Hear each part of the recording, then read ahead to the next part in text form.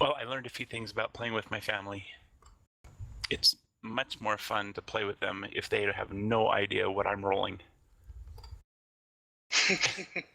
So I turned the GM rolls off for them, and they don't even know that it's possible for them to see GM rolls. And the fun part about that is they just see all these rolls happening, which actually is a lot more similar to what would happen as if we were at the table and I was sitting behind a screen. So it's working out pretty well with them. So for this game, I'm turning off GM rolls. Just because I like it. All right, you guys are all ready? As ready as I'm gonna be, getting ready to try to save a child and die in the process. That's right. That's right. You got some work to do here. I see a new thing in the chat that's a GM PC ownership rule set. Yeah, that's a cool little thing. So that allows me to create NPCs as characters with character sheets and then hide them so that nobody can grab them. Oh God, I need that. Yeah. I need that too. It's cool. It's really cool. The way I'm using it right now with my family is I've got a level 20 character from each different class, and when my family has questions, I look at that character and see if I can find anything, any answers, and it's been very helpful for me.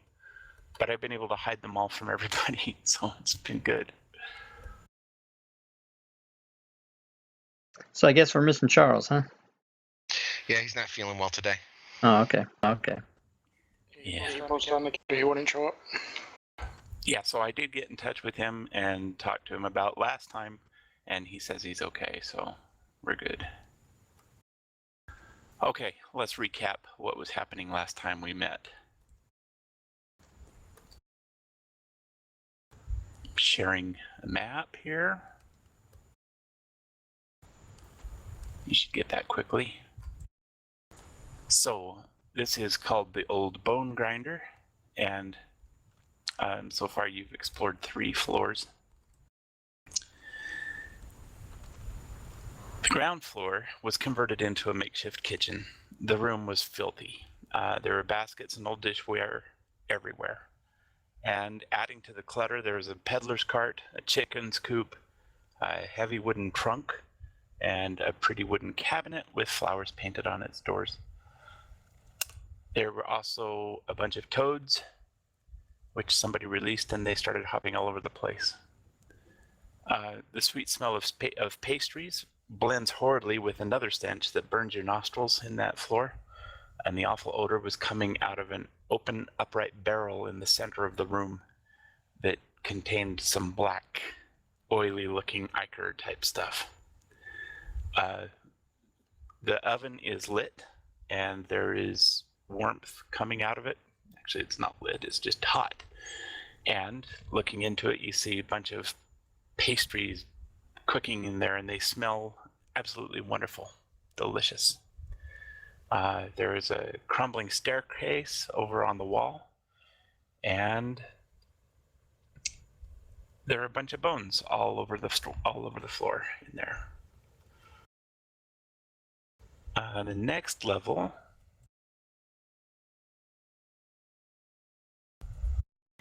you guys ran into a old woman, and she was sweeping the floor, and I believe Rurik jumped in there and started attacking her, and by the time everybody else started to arrive, she disappeared.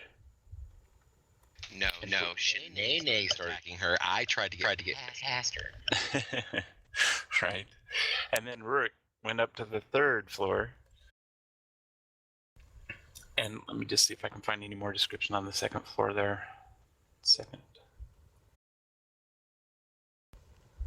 The 2nd floor had dirt-caked windows, allowing just a little bit of light to enter through the chamber.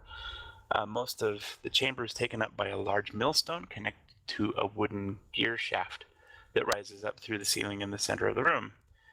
And A long staircase continues up. And that's where everybody headed. Rook headed up there, and he ran into two ugly girls up there, Bella Sunbane and Ophalia Wormwiggle.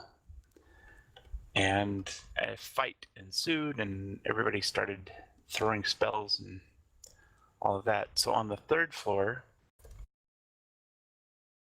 this area was a bedroom area. There was a wooden closet, and in that wooden closet there were 3 crates stacked one on top of another with small doors set into them. And you heard a child crying from that area. So at least one of those crates contains a child. Next to the closet, there's a heap of discarded clothing. Closer inspection showed that that clothing was from children's clothing. And then there's a ladder climbing through a trap door in the 9-foot high ceiling, and a moldy bed with tattered canopy stands nearby. And so at this point,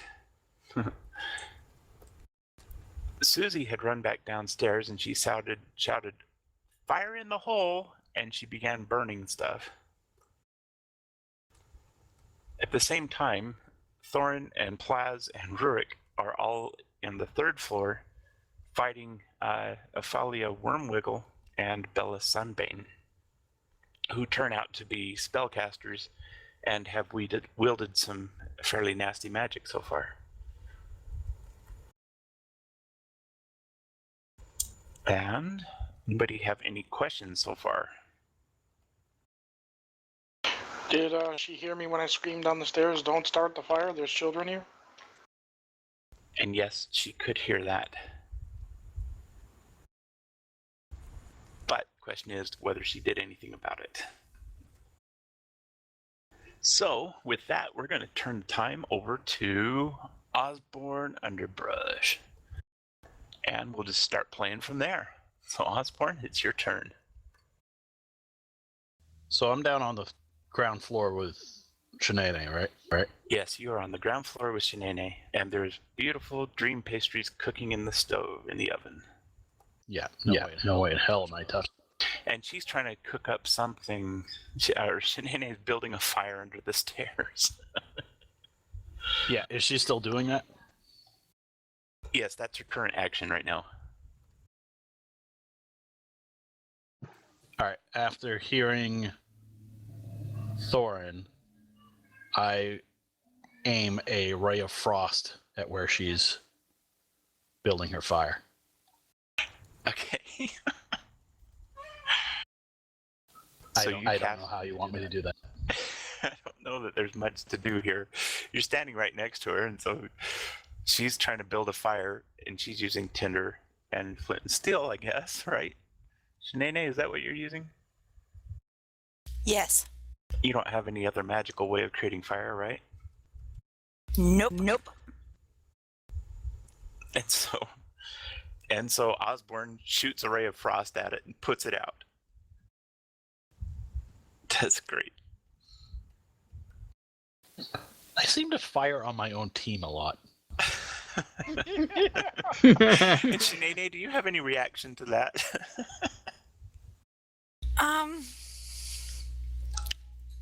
Think of the children. I'm gonna glare at him. And you get the glare from the drow. What children? Okay. Maybe she didn't hear that.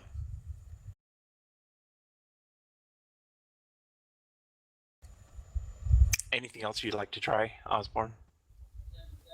I think I'm done. Okay. In the meanwhile, up on the 3rd floor, Ophalia Wormwiggle starts wiggling fingers and casting spells. And she has been casting spells quite frequently here at Rurik, determining to take him out.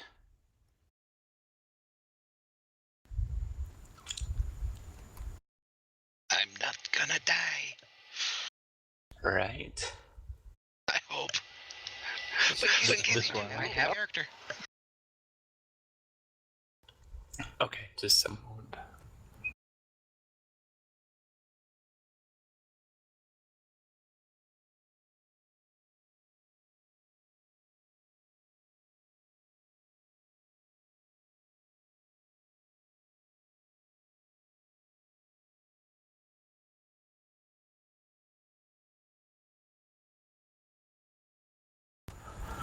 Just a second. I know what she's doing. I just had to get it in place. Hang on a second.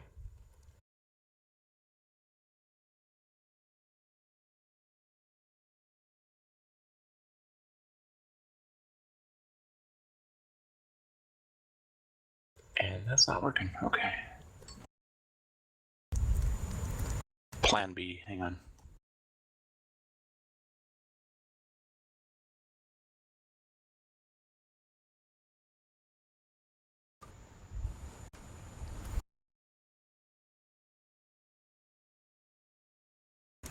She again casts magic missile at Rick.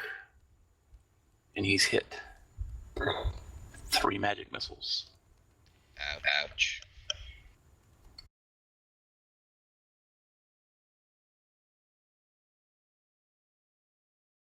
Unless she's a sorcerer of some kind that does something weird, I'm not gonna die. Yeah, hopefully.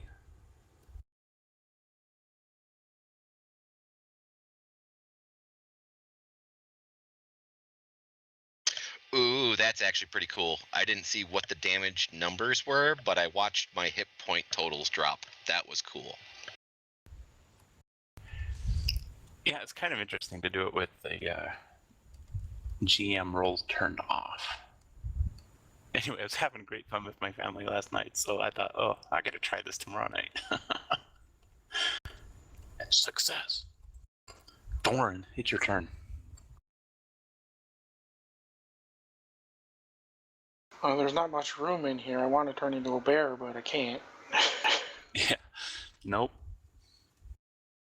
I'm Poisonous. sorry, ladies and gentlemen. I have to take a moment here to beat my oldest son. Alright. Leave your mic open. Leave your mic open. He just said a word that I never want to hear out of his mouth again.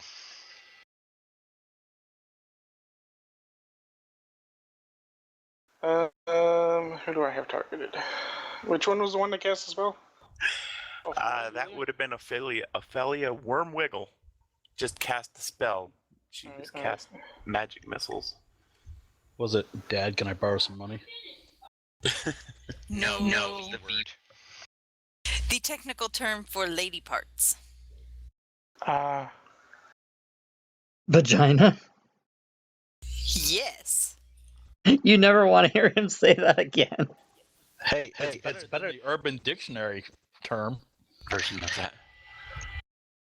I guess we'll do this. I'll explain it during break. That's definitely a hit.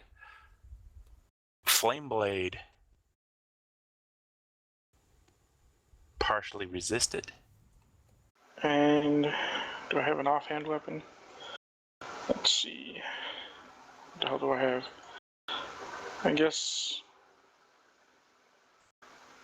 Oh, I'm looking for my weapon. Oh, there it is. My scimitar's in my offhand. Yeah. So you can take a bonus action with your scimitar, and it's a hit. Yeah.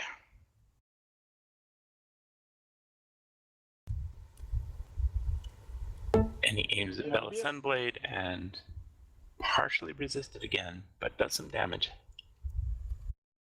Okay, Plaz is going to cast on himself as a bonus action something called Thunderous Smite. Awesome. That's going to be horrible in here because it's going to make us go deaf. It's going to be loud. Hey, Skinny, I'll plug your ears. And then I'm going to attack with my Sunblade. That's a hit. Look at the rolls. You guys are rolling amazingly tonight. We don't want Rorik to die. Well, yeah. I was gonna say, you have great rolls. Wait till I go, then they're gonna suck. Can we vote on that, please? And she fails. if she fails fails, her she fails. Okay, test, she's pushed 10 feet and knocked prone.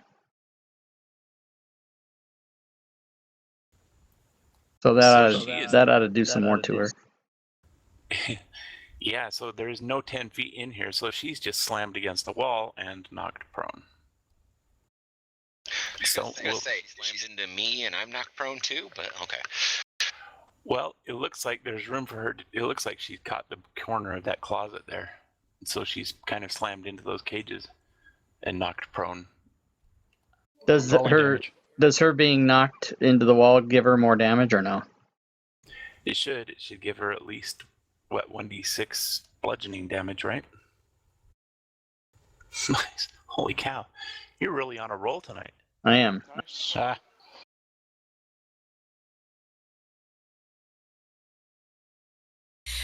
I look at Osborne and ask him again, what children? They said there were children upstairs. Stop setting everything on fire.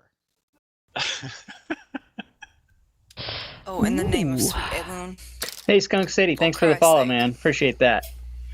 Give yourself a pat on the back. Let's go get the children. And now when I play this Thank you. games, you'll be And I'll begin notified. moving back up the stairs to get the freaking kids. Okay, let's see. If it wasn't for those kids. Yeah, this place would be scorched earth right now.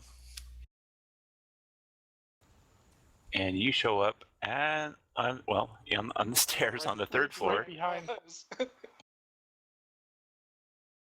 right in there somewhere, but you're just kind of squished in. You're in the druid's butt. And you're on the stairs so that you can see probably knee level with everybody else. Woot woot! This room's getting smaller at the minute. It's getting crowded in here. It's getting so crowded in here. Now you see Ophalia Wormwiggle over up in the north of you in the corner, and on the ground. Oh, there's no is Bella sound, somebody Sunblade, said? and she's There should be sound. Can you about face level with you now. I am gonna stump that girl. Shanae, did you want to take any other action? I'm kind of in a position Yep, where there's I sound. can't really do much. There's not a lot of floor space up there, but if I can get the kids' attention, if they're free, and get them downstairs, They're I will. inside the crate. Yeah, they're locked in a cage. Bella Sunbane is laying on the ground, kind of in front of you. So if you wanted to do something there, that's a possibility because you still have. In that case, stabby. Yeah, and you'd have advantage because she's prone. Oh hell yeah! Well,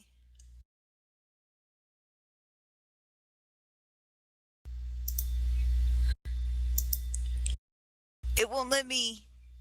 There I go.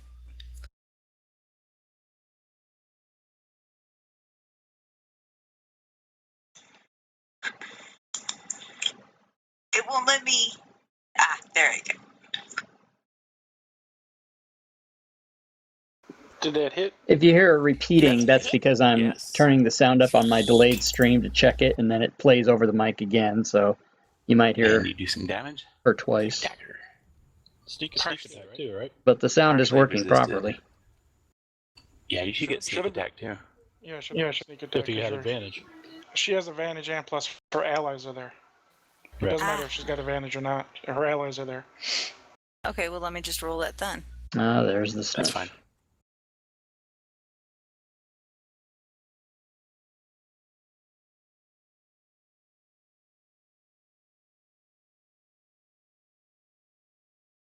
Wow, great roll.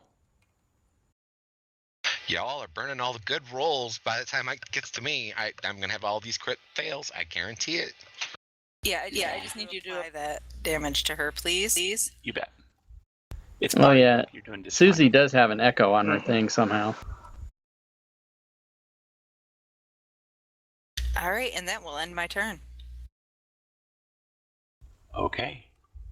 Rook, There's still good rolls left for you, bud. Yeah, right. I am going to attempt to curb stomp this young lady with my axes. Let's do it. I approve of this. That's an absolute hit. American History X, curb stomp.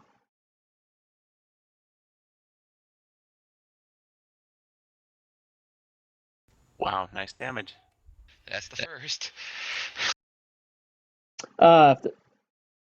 If there's no sound for you, Coasty Roasty, you might need to refresh your browser Yeah, or something, because the sound does work. I have the stream on my iPhone, and And it then is I'm going to. it is sounding Okay, properly. is she kind of wedged in between where I'm at and where the closet is, kind of like in the corner a bit? Yeah, she's just stuck right there. Yeah. So can I move in front of the closet where basically where her token is right now? I don't see that would be possible. She's been slammed against the corner of that closet, and she's just laying there in front of the crates. Okay, gotcha. Okay, I got it. Never mind. I was gonna try to step in there and open. Well, crap. Can I do that? Kind of reach over her, step on her, stand on her, and open the. No, well, because of the complexity of the actual crates in there, I mean, the complexity of the locks on them, that won't be possible. And they're stuck in a wooden closet. Crazy. All right, not a problem. But you can tell that there are definitely at least 2 children in those crates. Oh, crap. All right, I'm going to stand here resolute. These hags are not going to touch these crates or that closet or anything with children. Okay. Hey, he did say it was wooden, and you do have axes. It is Throw it out there. It is susceptible. Okay, Bella's Sunblade stands back up. I'm sure they already noticed that it's made of wood. Can I get an attack of an opportunity for her standing up? I don't think you get this. I don't think that's right. No. No. That's on, the other thing. They have to move out of your threat range to get opportunity attacks. Right. Okay. And she turns to. I think that was a 3.5. Turns to Yeah. Rorik.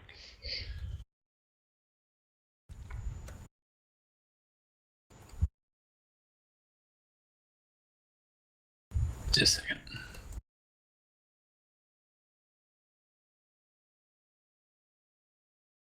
I so need to have some sort of reaction ability. I was just thinking the same thing. Mm-hmm. Do we know what these creatures are? Has anybody? They're hags? Well, no, they're just spellcasters that are ugly.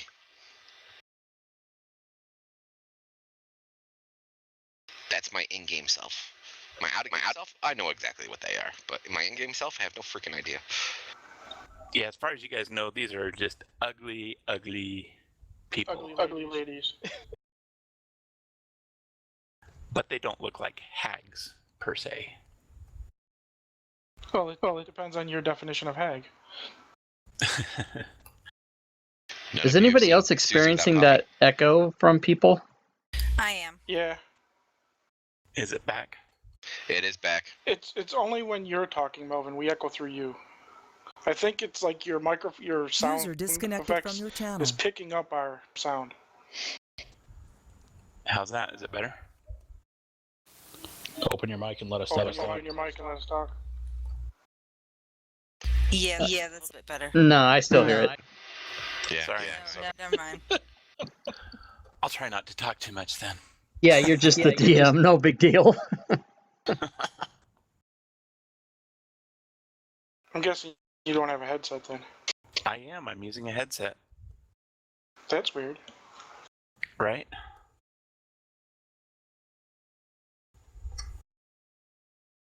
What'd you just do? Turn off the sound effects thing? Yeah, I just disconnected the sound effects altogether. Did you, even though you have a headset, do you have your machine putting the sound out through the air as well? No. Well, that's No, just it's odd. just going through the headset.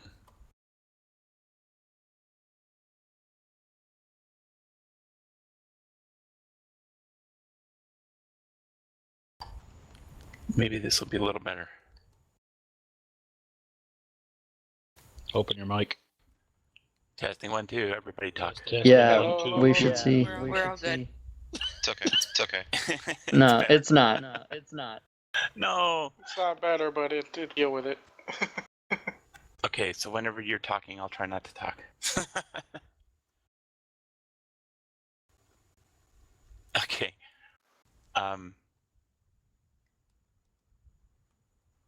Bella's turn. Bella Sunblade turns and she starts another spell, and it starts going, and she shoots a bolt of lightning, which goes through Rurik and out the window. Dex save. Doesn't do any damage to anybody else. Yep, it's a dexterity save. But I can't figure out how to make her cast it. That's the problem. You just grab the dice and drag it over him.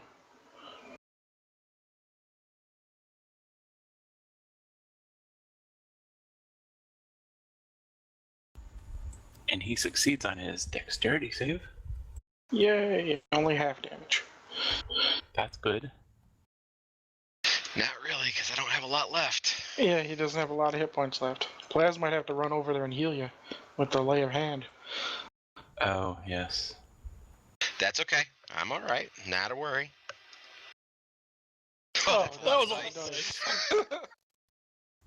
You took half damage. Half damage unconscious now.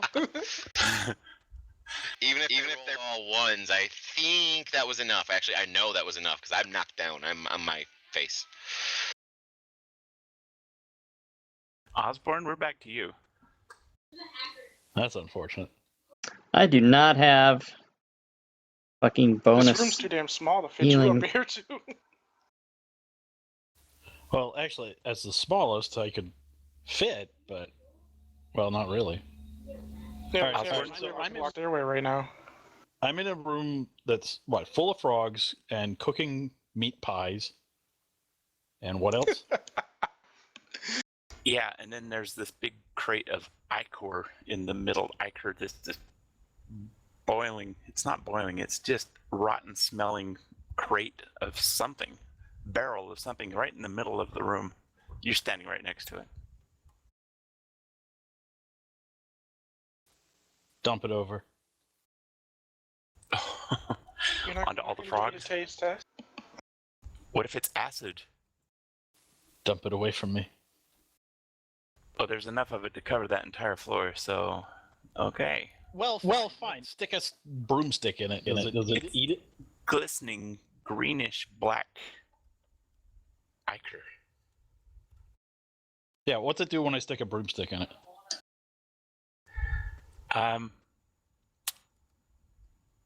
Just a second.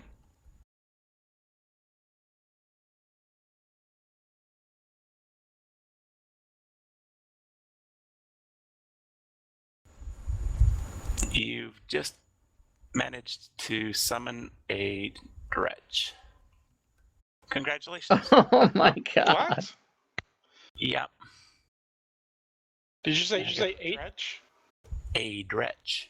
Oh, I thought you said 8 of them. I was like, what?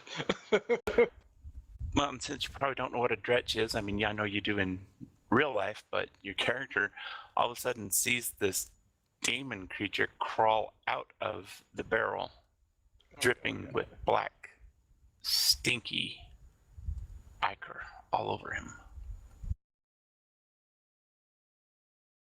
In just a moment, I'll get it up. I head up the stairs. We're gonna have 2 people down. I hate this windmill. We should have never came in here. We told Rurik that. And the Vistani told you to avoid it. Should have just burned it down.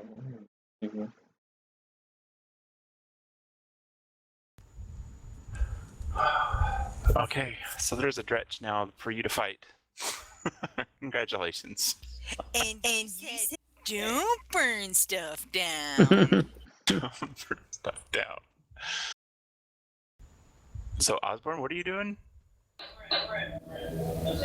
Going to the second. No, going out the door. Out the door. Okay. Because I've already used my action to. Or I don't know. Do I have an action? So you've stuck a broomstick into the ichor, right? Yeah. Yeah. And you stirred it up, and this demon came out. And so now Depends on what you want to consider an action. I'd say you still have some action left. Go for it. What would you like to try? Ask him if he's friendly. He's just bubbling out of it at the moment. I mean, he's not able to attack or anything yet, but as soon as he has a turn, he will be able to. And so this very second, he's basically incapacitated. He's just forming in front of you. Do I have how do you target again? Control? Yeah, control, click. You got him.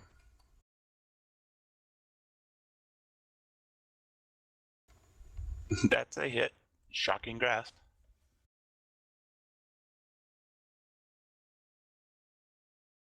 Okay, you do some damage to him, partially resisted. Tickled him. I don't have enough space on there, but I'd move 25 feet out. Okay.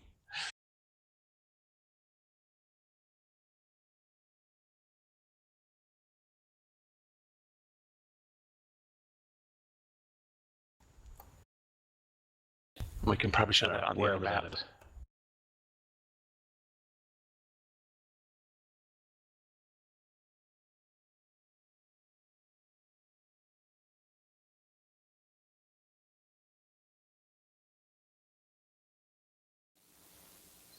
Okay, so yeah, I'm getting as far away as I can. Okay. Oh, good, it's his turn.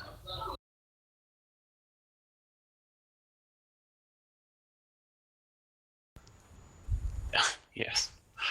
Wonderful, huh? So this demon finishes crawling out of the barrel and starts wandering around. Apparently, this second, he did not see you, and so he's just coming to life Did now. you not feel him attack him? Well, yeah. So here's the thing: he was kind of forming in the process there, and he got attacked, but the dretch wasn't really fully conscious of what was going on yet. Oh, okay. He's just kind of starting to form. Can I still see him Good. through the He's doorway? not aware of us. Yeah, you can see him through the doorway, but he doesn't see you. So he's now there, wandering around.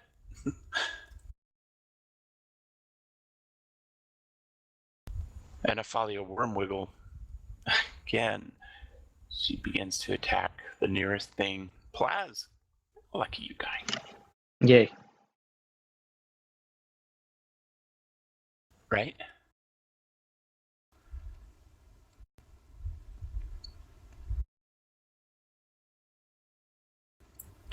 And she hits you.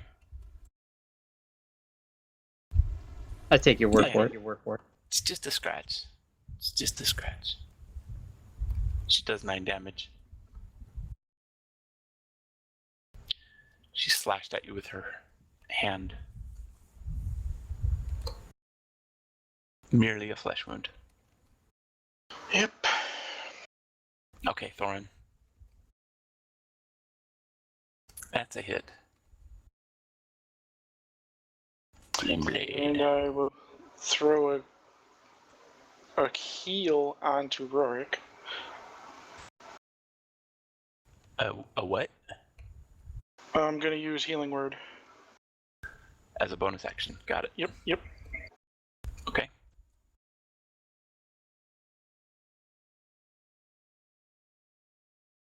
Casting at a level 3.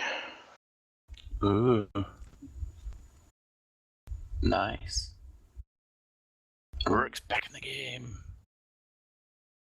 I'm not dead yet. Okay.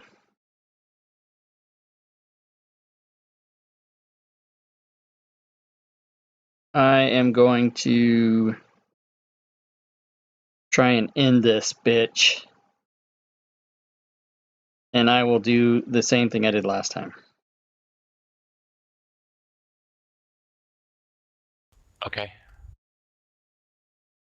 Kaboom! Great big thunder goes off and he hits Bella Sunblane Holy crap. for a bunch of damage. And she's not dead.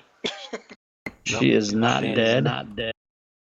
Oh my god. Okay, so if she fails that, she's again tossed against the wall.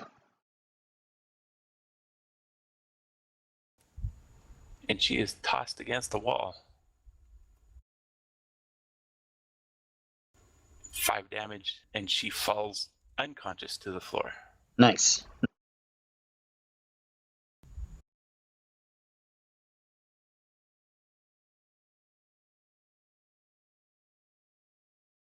Oh boy, oh boy, oh boy. Well, you can step on her corpse now and get in here. Yep, you can get in there now. Woohoo! And I'm gonna give Ophelia Wormwiggle a little touch and giggle. I see what you did there.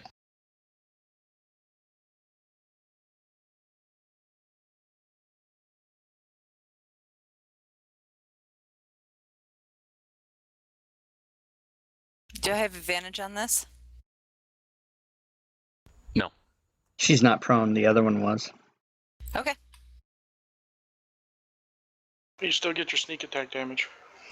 Right. You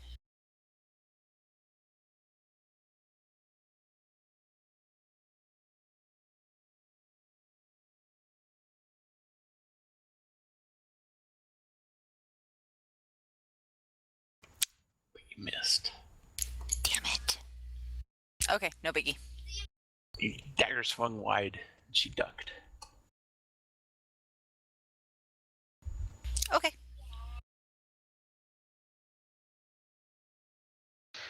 Okay. Boy, oh boy.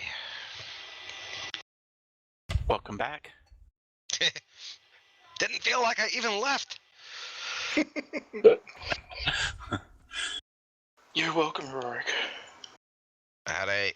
So. I'm gonna smack her in the face, I suppose. This one's completely healthy. With Hunter's Mark. Yes. Nice. Not with that one. Yeah, that's a miss. Or with that one. You guys are just in too close quarters here. Mm-hmm. Wow. And then I slide my half a foot over to put myself between her and the crates, and that's where I will end. Okay, Shanane's right there too. Okay, I'll dance cheek to cheek with her.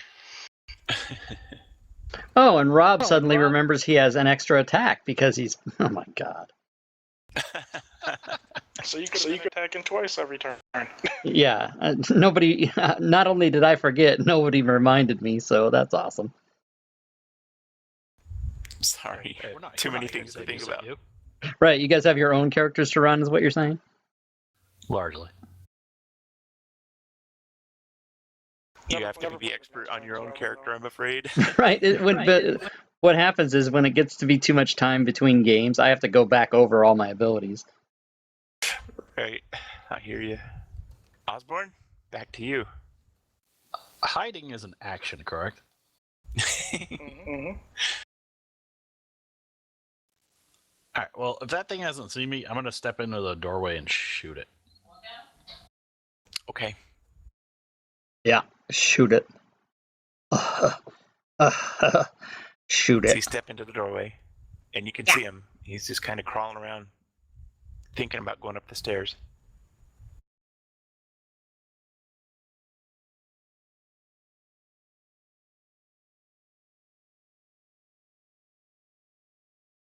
It's a hit.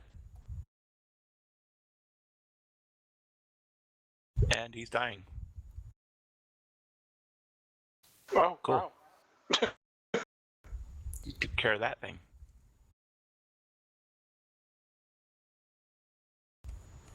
Good job. Then I'll move up the stairs. Okay. You're going to go up as far as you can? Yeah.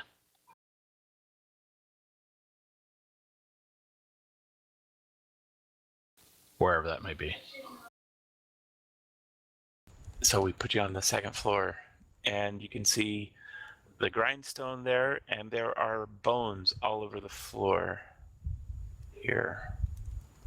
And What kind there's of bones? white powdery substance in the grinder. Okay. They look like human bones. Natural. But, they could be dwarf bones and halfling bones. Ham bones. Small human bones. Ophalia Wormwiggle. And she is screaming mad because you've killed her sister. Not happy.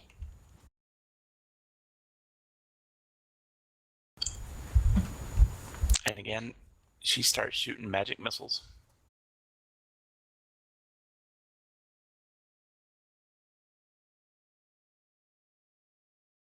That Ow, pause. ow. No, yeah, it does a little bit of damage. Merely a flesh wound. Thorin. I'm going to step into Shanane's space just to attack Ophelia and then step back. Okay.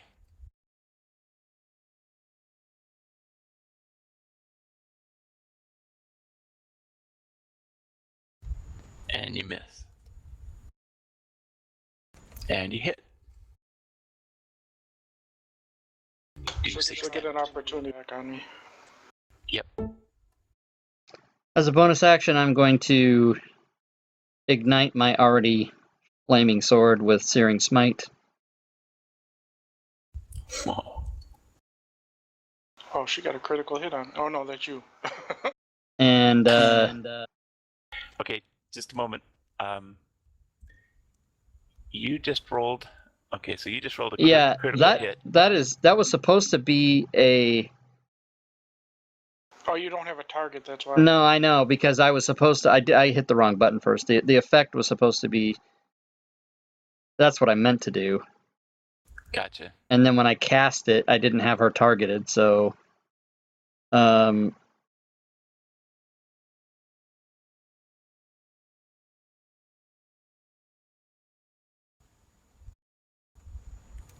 And she fails, but you get another critical hit? No. I didn't roll it. I drug it on her. Gotcha. Okay. And she is on fire. And Shanane's happy. at the beginning of her turn, she must make a. At the beginning of all her turns for the next minute, and unless I lose concentration, she has to make a Constitution saving throw against my DC or take 1d6 fire every turn. Okay, what's your DC? Oh. 13. No, 14. Thanks. And I am not going to forget to do my second attack. Did she do her opportunity attack on me? No, she did not. I mean, she wasn't successful at it.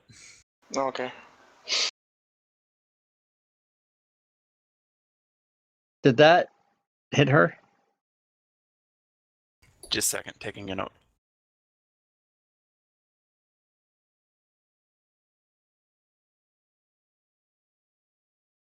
I don't think a 13 hits her because my 14 didn't hit her. No, that was a miss. Okay. And if you want, Melvin, I can, when it comes to the beginning of her turn, I can do the save for her and apply the fire or not, if depending on what happens, because I just have to click a button. Yeah, that'd be great. Go for it. Okay. Okay. First things first, can you remove one of those 3d6 damages from me? Yes. And I'm going to stab at her again. Okay.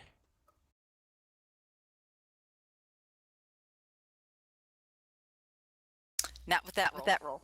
That's a miss.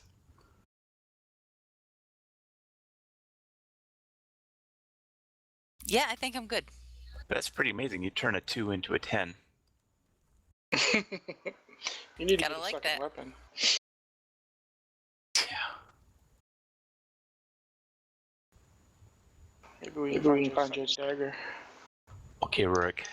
Second chance at life here. Because Plaza and I are kind of sort of across from each other, do I have advantage? You bet. Excellent.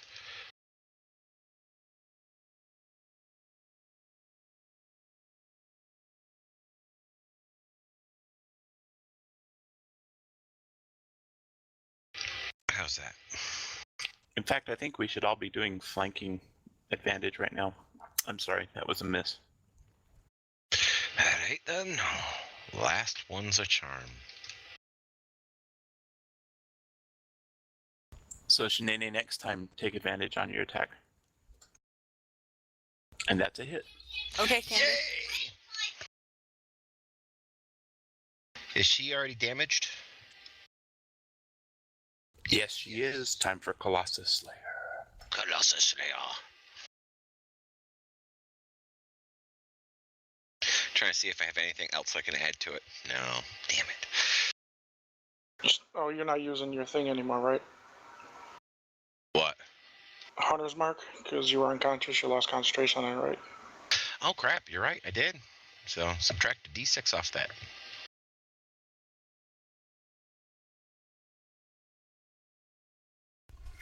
It's 1 3 And if you points. And if you could remove all the effects except for my Dwarven Resilience, that'd be wonderful. Okay.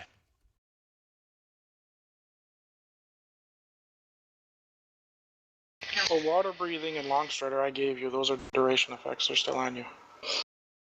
Oh, are they? Okay. And Hunter's Mark, did you put that back on? No, I did not. Okay. You For just have to some cast reason, it I again. cannot advance the turn.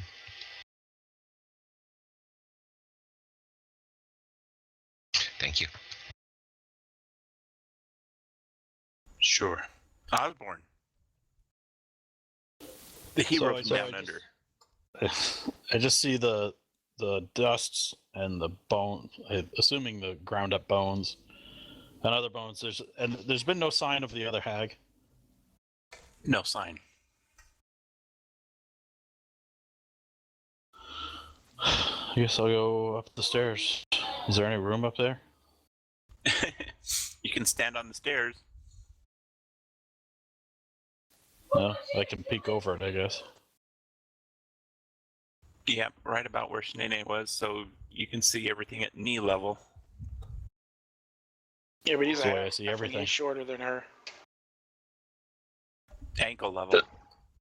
Now is not the time for Fireball. Oh, sure. I can light every fire.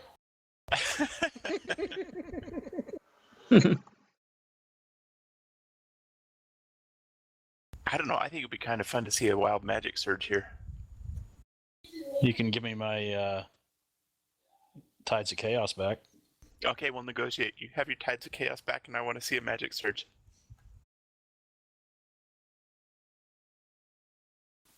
Before or after I take my action? Do the rest What was that? do the rest of the vote on that? No, I think this is just an opportune time for a wild magic surge.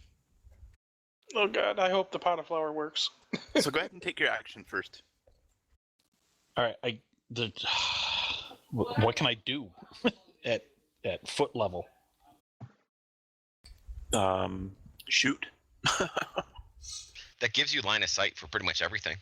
Yeah. All right, You just have fine, shoot between I'll- legs, so there's no disadvantage here. Um, Unless you roll a 1. yeah, I'm just gonna use my crossbow. And suddenly, Plaz gets a Prince Albert. Nice.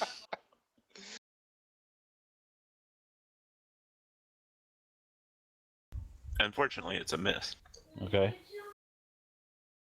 And so now, take my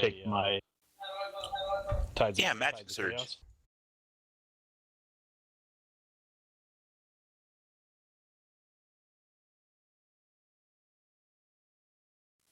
I don't know where my tides of chaos went. Has anybody ever seen the T-shirt at a convention or anything that says "It's already too late when the GM smiles"? I can hear Melvin smile over the internet.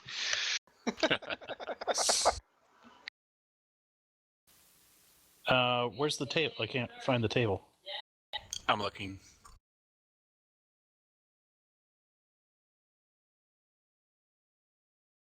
If you go to tables, if you go to the icon in the upper left, the second one down on the left, it's the last table in the list.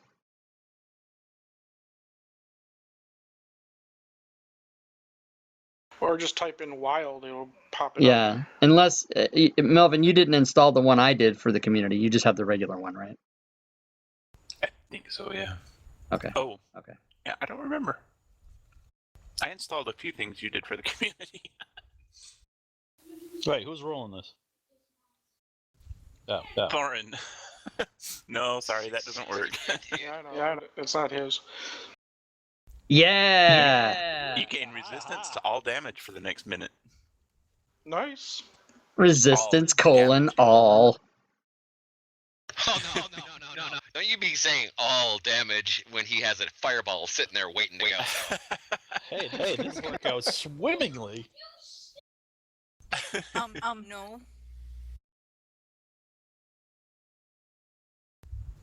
Oh, So hang right, on. the shoulder. Let's see if I can apply this resistance you've got now. Just a second. Okay, she's gonna do her save.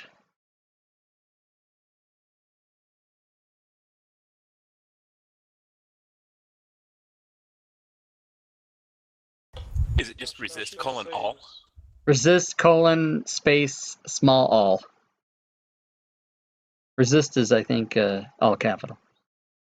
Yeah, as I see it on Rurik there, his resist is all capital. Okay. Did she fail or succeed? Just a second. Does she take half damage on a success? No, it's if she fails, she takes 1d6 fire. If not, nothing. She just She burns failed. and takes no damage.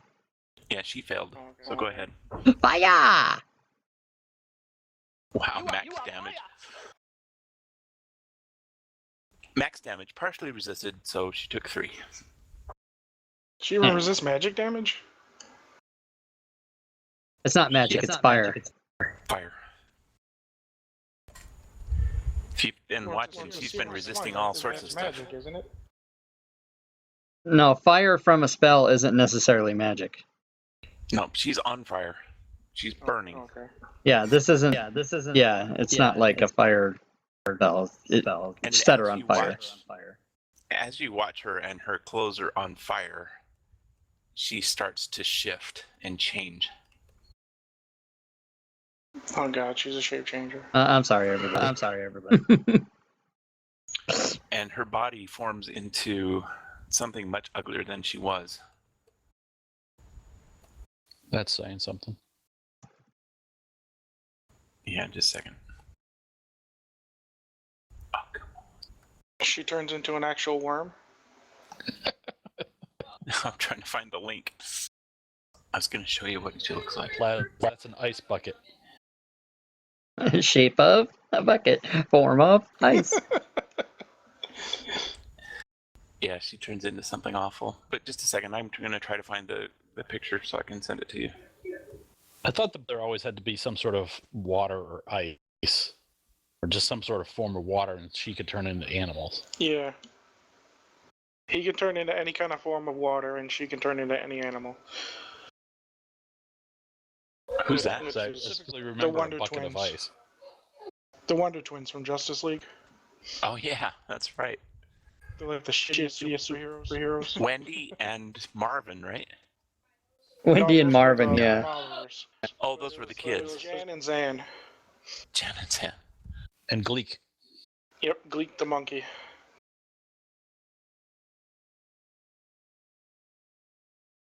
Aquaman. Did you see them in the... Yeah, Aquaman. Are you I thought near it was some Jan sort and of body Jace. of water or a wharf? I can't help you otherwise. What'd you say, Jeff? I thought it was Jan and Jace. Yeah, that sounds better. No, it was Jan and Zan. Now I gotta look it up. I don't know.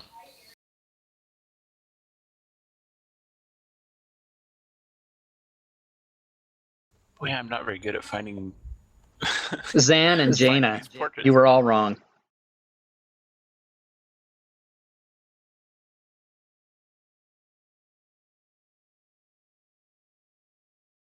Oh, Jaina. So I was right about the dude, but I was wrong about the girl. Sorry, no portrait. She turns into something awful looking. It still has eyes, and it still has hair, but now its fingers are claws, and it is ugly. Looks like a nightmare. She wasn't all that pretty to begin with. But now she's really ugly. She's still on fire. You almost have to take a constitution save just to keep from barfing by looking at her. She reminds me of my ex-wife. And she screams, and again, she starts attacking Plaz. And totally misses. She tries scratching him with her hands, but her claws don't penetrate his armor at all, cause no damage. Thorin? Same thing. Give me a beginning opportunity attack. Take advantage. It's a hit. And a miss. Oh no, oh, you said take advantage, so I was rolling. Yes.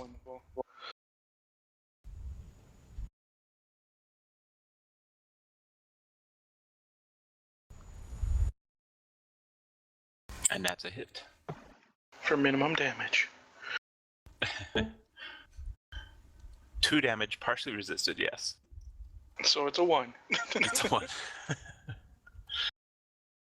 And Plaz attacks with his sun sword, and it's a hit. Does 11. Don't forget your second attack. He's doing it. It's a miss, though. And Shenane. He's not doing his advantage. I did not do my advantage. Right. Hang on, I'm going to give you the turn again. Do your advantage. On that second attack. Well, since I rolled, I'd like to re-roll the first one as well. Okay. Well, the first one was a hit. And yeah, but I was re-rolling the first one to see if I got a crit. Gotcha. And then I did Okay. re-roll the second one, and that is a hit. That works for me. Okay. Thanks, Ron. I'm gonna stabby at her again. Please use advantage. Hey guys, I gotta step away for just a sec. I'll be right back. No problem.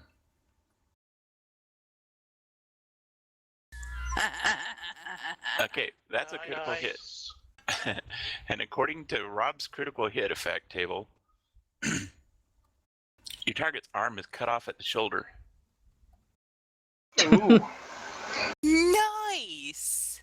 You disarmed her. And Let's roll that damage. she is stunned for 2 rounds. Oh, Nice. even better.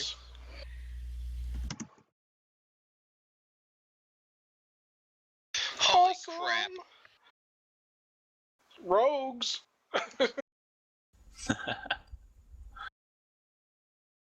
There! Take that, you hose beast! We definitely need to get you a second weapon. Well, I have a rapier, but I haven't been using. I forgot. I haven't been using it. I've just had my dagger out because that's what I was using downstairs. But Oh, you can use it as a bonus action to attack. well, I'd have to draw it, wouldn't I? Technically, yes. So then, since I haven't taken a move action, my move action will be to draw my rapier. There. Yeah, but you get to draw one weapon without. It's a free thing, so you can also still attack. Oh, okay. Then I'll do that then.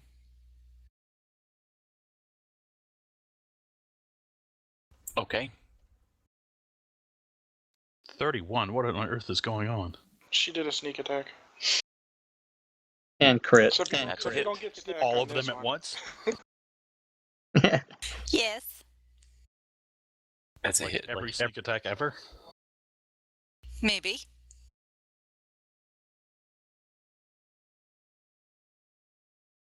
And more piercing damage.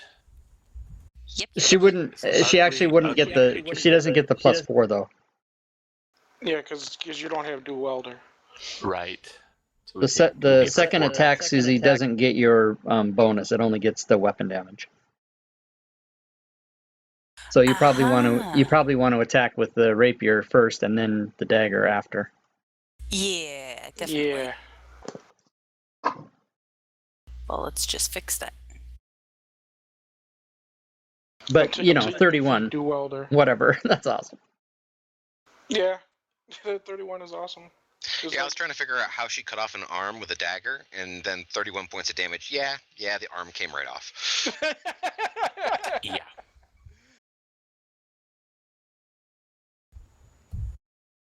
I guess you'd have to talk to Rob.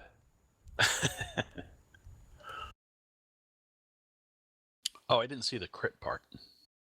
Yeah, he's got his rolls hidden. That's why we didn't see it. That's right. No, I didn't. Shanae's. I didn't. Yeah, never mind. Shenanigans, are you all done? Yeah, I'm all done. Sorry. Okay. All right, Rook.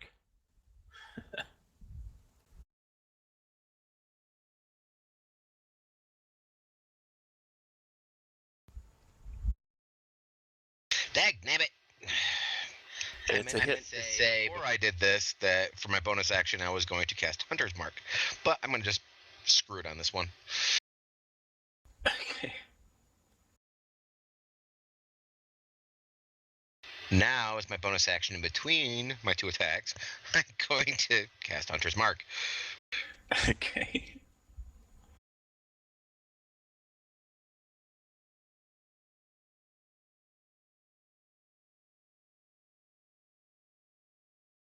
That's a miss. Darn it. Present.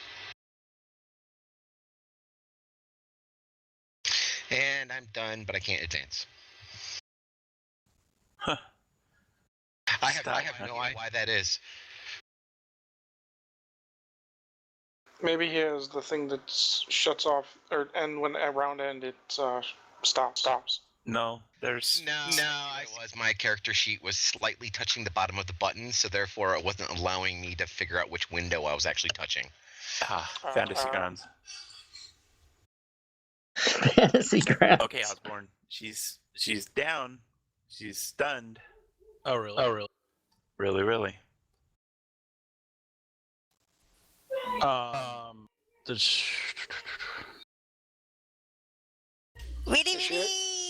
Is she actually prone? She is. She's prone. See, prone's bad for me. Yeah, because he'll have disadvantage on ranged attacks. Yeah. You could step into one of our spaces and stab her and step back, but you'll take an opportunity attack, and she gets disadvantage. No, she's prone. stunned. He will not. She's stunned. It's a stunning opportunity. Oh, not prone. No, she is Yes, prone, she is prone. but Tebow was saying you would take an op attack, but you will not because she's stunned. She's Oh, stunned yeah, and prone. that's right. She's stunned. I forgot about that. Well, still, everything I want to do is ranged.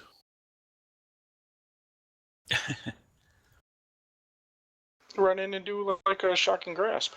Yeah, step up to her and smack her.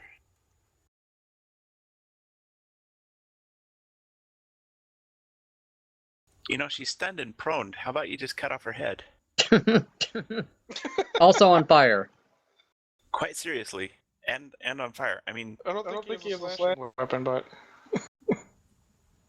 what do you have on you? I have a dagger. There you go. There you go. Stick it in her brain. I thought they got rid of coup de grace in this one. Oh, but know, you can but do a lot of yes, damage. But it just makes sense on this one because she's down and she's prone and she's stunned for 2 rounds. you get coup de grace only when they're sleeping. You do? Well, it still makes sense to me if you want to try. Are we really pronouncing it coup de grace? Alright, Is tell me that what we're doing you need to now? roll. What are you going to try to do? I drive a dagger under temple, I guess. Okay, yeah. DC 10, strength check, go. Oh, strength check, grace. It's your dagger, you just go push it into her brain.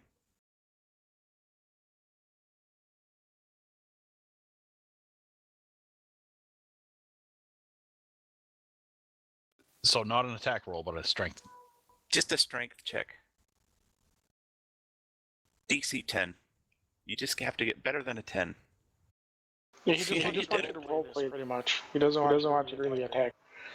Yeah, this is not an attack, it's just roleplay. So you got a 13. You drive your dagger into her brain through her temple and nail her temple to the floor. Not her brain. And she's Slippery sucker. Congratulations. This battle is over with this thing. You guys did it. Good job. Yay. I'm gonna walk up to both of them with my flaming blade and stick it in both of them to make sure they're dead. There you A couple of go. times. Everybody starts whacking on them.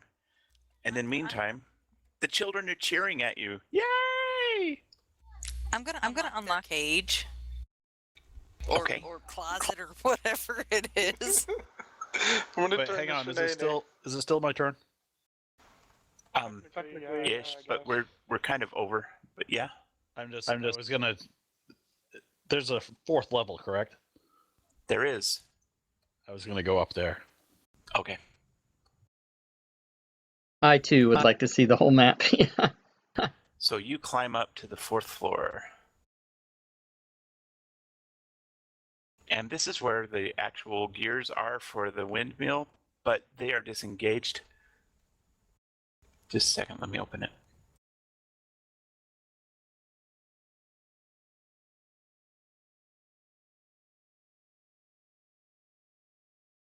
Because I'm thinking we still have a problem with that other missing hag. Right?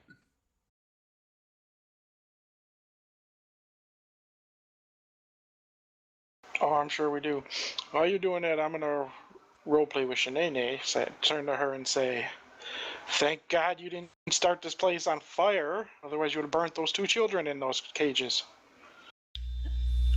Okay, so Apparently. just a second. You need some information about that 4th floor. You've reached the windmill's peak, a domed chamber filled with old machinery. There's not much room to move around here. Light slips through the attic through small holes in the walls. And give me an investigation check.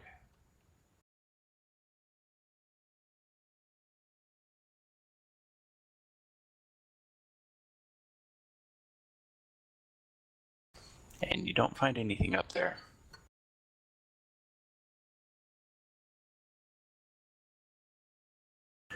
Okay, the 2 children. It's a boy and a girl.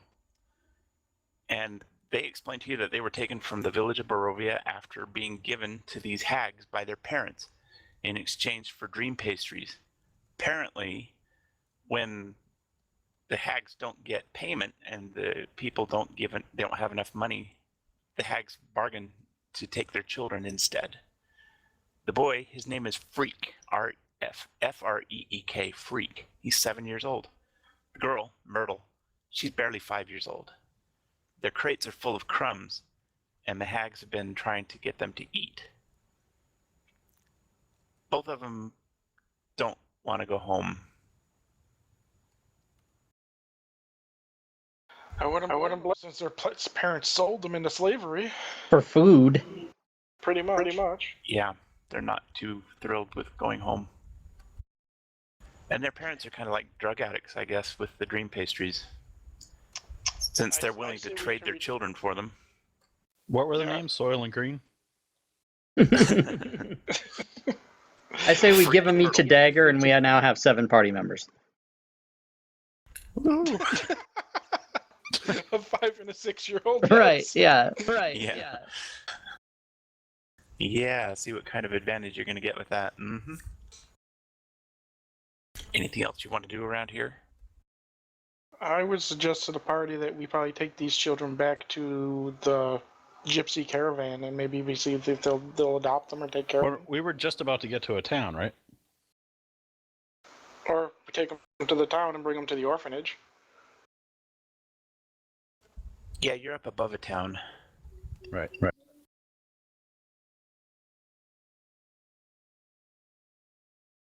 Just one more second. How bad are you hurt, Rorik? Very, very, but don't worry about it. You have any potions? I do indeed have potions, and I do also have my own curing spells. Yeah, I have some potions too if you wanted some.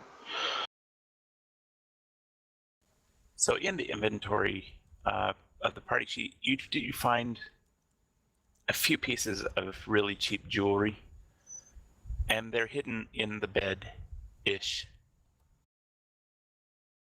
Because the bed was never really used for what it was intended for. So if anybody would like to grab the cheap jewelry, you can have it, or you can give it to the kids, or whatever you'd like to do. Kids can have it. Anybody else want it? I'd say we give it to the kids and that way they can fend for themselves and have enough money to buy food and stuff. Okay. As you come back down the stairs, you see everything kind of as you've left it. Is there anything else you'd like to do? Would you like to have Shanae start that fire now? Can I retrieve my crossbow bolts? Yes. Well, if she wants to start this fire, I can use my flame blade to ignite things. Yeah, let's burn this place down. Yeah, after we make sure all the kids are out. Okay, so you get everybody outside.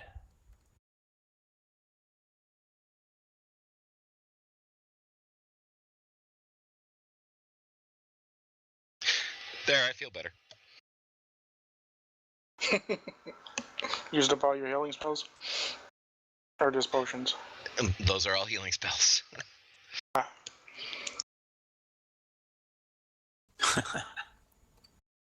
Nice.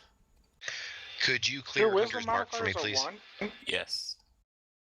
Yes, I only have a +1 wisdom.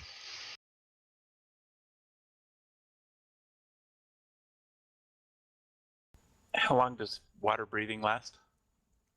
8 hours. Good, so you're all good for a while. Or no, 24 hours. Okay, so as you get outside, the kids recognize Ismark and Irina, and they run to them, and they hug, and they tell Irina and Ismark all about the problems, and Ismark and Irina agree to help take care of the kids. So the kids are going to travel with them.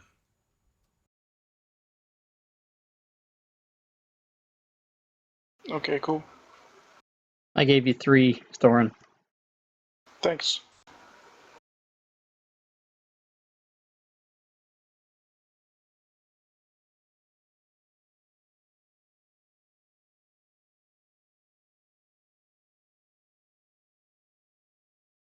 So now you got freaking Myrtle added to your group. Freak is a great name. That's an awesome name. Okay. I'm giving little heals to myself and Rurik.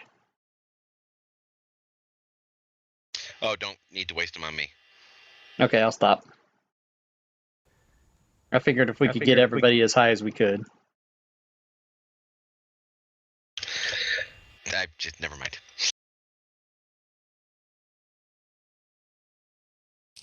So just a second, getting out the other maps.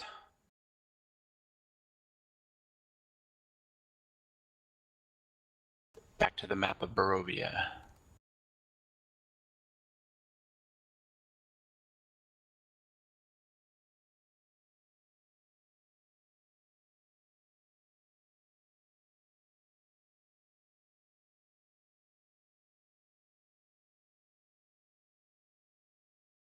And so from the hill, you saw down into the valley. You saw a lake, and you also saw a town. And let me open up the map to show you what you've seen.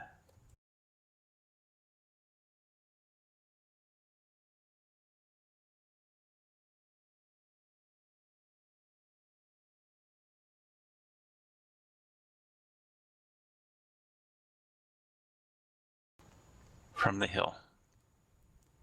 So you saw the town of Valaki and you saw Lake Zarovich.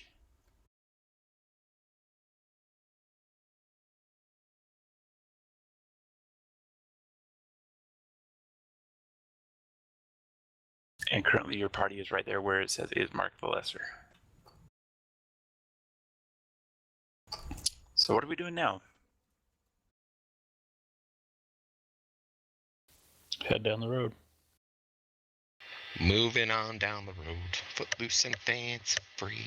Was the windmill I can't really tell by the map. Was it that little thing to the left of where we are? Yes. Okay. So yeah, I say we go north on the road. Are we worried about the hag that's missing, or nothing we can do, or detect magic, or I don't know what? Not unless you can see invisible things. We really can't figure out where the hell she is. We have one missing? Yeah. Yeah, There was the one that turned disappeared. Invisible. I was upstairs at the time, so I had no idea. Yep.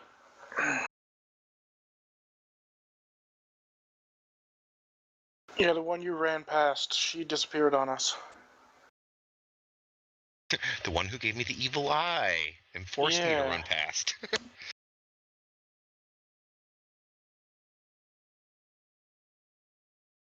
Okay, so I'm going to be on my guard then as we're heading down the road to make sure that we don't have a hag come up and try to stab us in the butt with a spear. Okay, who's leading the group? Shanae is doing laundry right now, so she'll be back in a moment.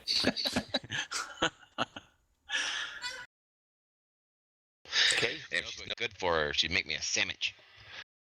I just need to know who's leading your group. You're heading down the road. Guessing Rorik. I'm leading from the rear. Since taking up the Rurik rear, is so- bringing up the rear, I guess Plaz will go out front. Okay. Plaz, would you just roll me a d20? Yeah, having all these extra people, two of them being kids, I really don't see us needing to worry about stealth moving down the road.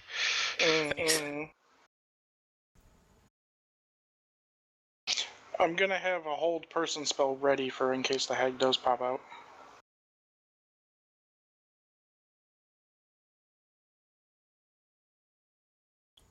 Okay, about the middle of the afternoon, and you're heading down the road.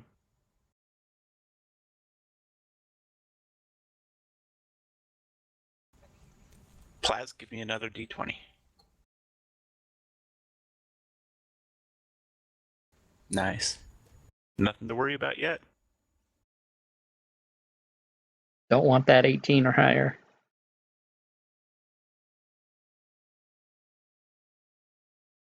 How long is this road? How long of a hike is this?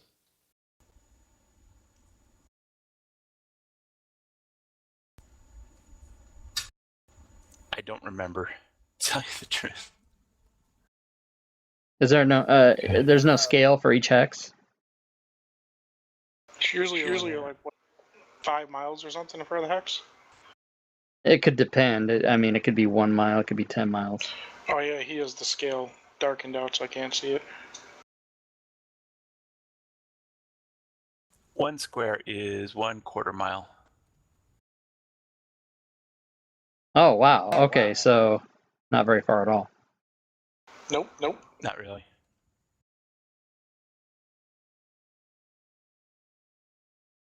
As you get to this point in the road, you look north and you see Lake Sarovich.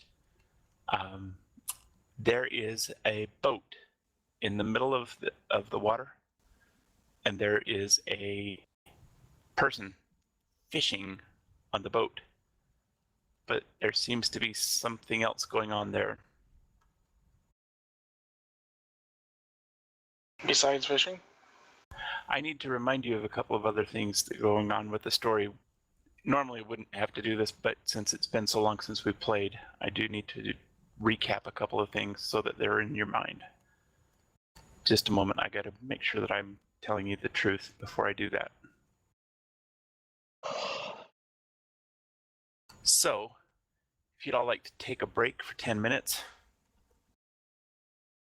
we'll get back in 10 minutes. Cool. That way you don't have to sit here and wait for me to figure out what I'm talking about. I'll see you in 10 minutes. Thanks. Okay.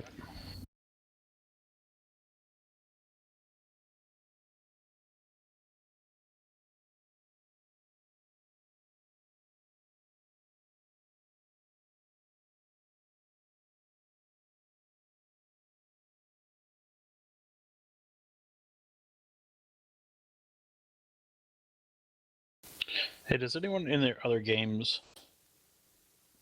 do the different rules on the weight, on what you can carry and stuff? Oh, the alternate weight rules? I don't like those. I hate them. I'm just looking at it because this is ridiculous. I'm carrying like twice as much as what I weigh or something like that.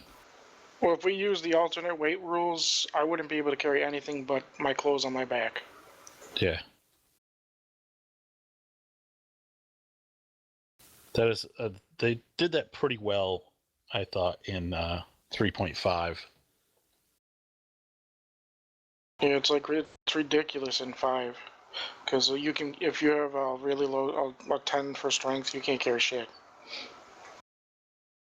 Yeah, Yeah, but I try to make it a little bit more logical. It's like, if you're going to be carrying around a lot of really big, bulky items, or if you're, a relatively weak character, I kind of try to adjust it as a GM, trying to look at it and go, all right, yeah, you're kind of overweight for everything.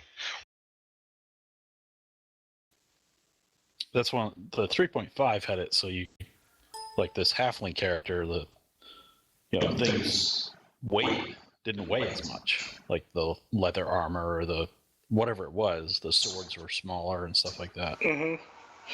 They weighed like half the weight of what the normal sword Yeah, would weigh. whatever it was. Yeah. But I'm also looking through my all my crap. I'm just like, I don't even know what half of it is.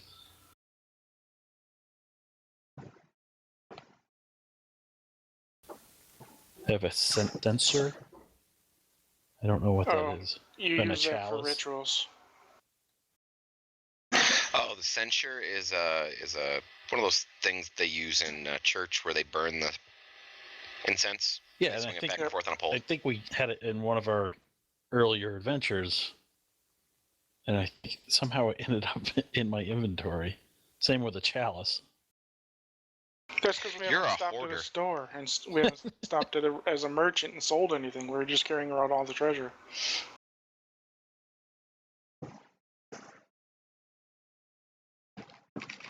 Plus, I think don't you use censers and braziers and stuff in your ritual casting? I don't have any rituals. None of your spells are rituals at all? Nope. Like half my spells are rituals. Matter of fact, I have to look again. I don't think sorcerers have access to ritual spells. I don't believe you are a ritual caster now. Yeah. Well, then you would have to get the feat for ritual casting then. Nah. I'm switching to warlock next level anyways.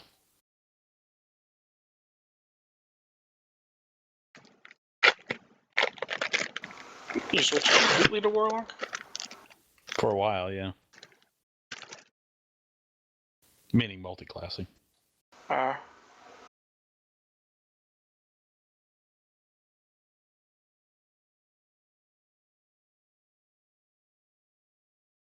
liked multi-classing because you can never get the full level in your main class. You never play any campaign to that full level anyway. Trek true. Right.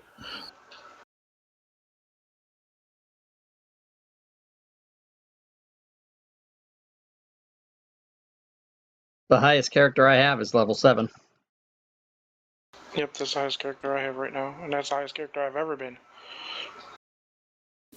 Yeah, I never played campaigns long enough. It's maybe level 8. I think nothing higher.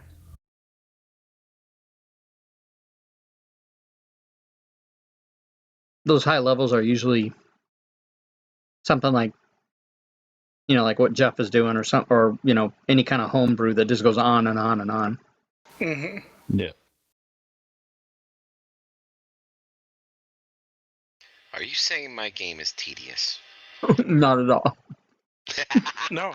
But I am saying that it potentially will go on forever, but I doubt it because I know you have an endpoint. But I may possibly have an end game. The game I'm playing on every other Saturday, I play Ice Ribbon Realm. Ubiquitous Rat is the DM, and he's been running it for 31 years. Holy crap.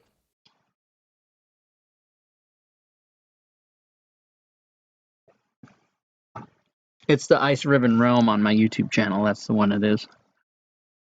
Speaking of which, Mr. Man, I need to know what you need from me. Oh, That's a little open-ended. just for you to email me, and then I'll tell you. He did climb on top of her in a campaign, remember? Ron, Susie's taking your place in Princess of the Apocalypse. Okay. Yep. So just email me, Susie, and then I'll tell you exactly what. It won't be any big. You won't have to go through hardly any prep just to make your characters all.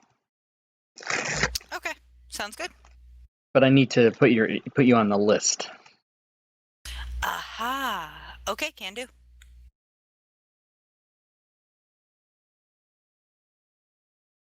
Because I am a jerk husband, I'm not going to give her the email address. Would you like to send her your email address? I can do that. Please.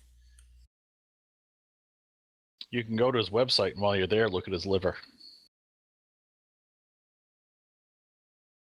I have already looked at his liver. Nice. It was a little gross and kind of cirrhosis-y. Kinda. It looked like foie gras, that yellow with brown spots. It was disgusting. It made her hungry. For some reason, we had Chinese that night. Dead Kitty Buffet #1. I still never went back and looked at it.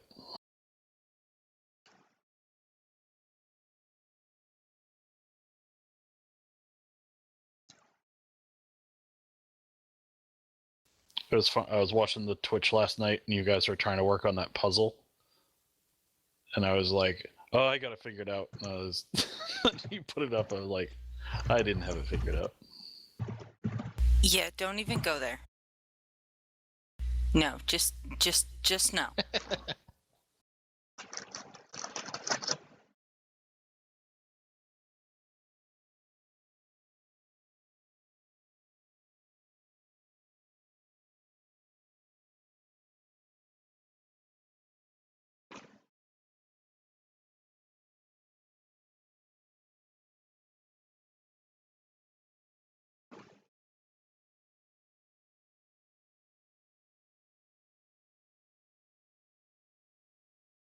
Did you see the note, Susie?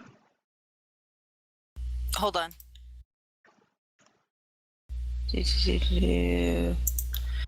No, I did not. Ah, ha, ha, ha, ha. Now I see it.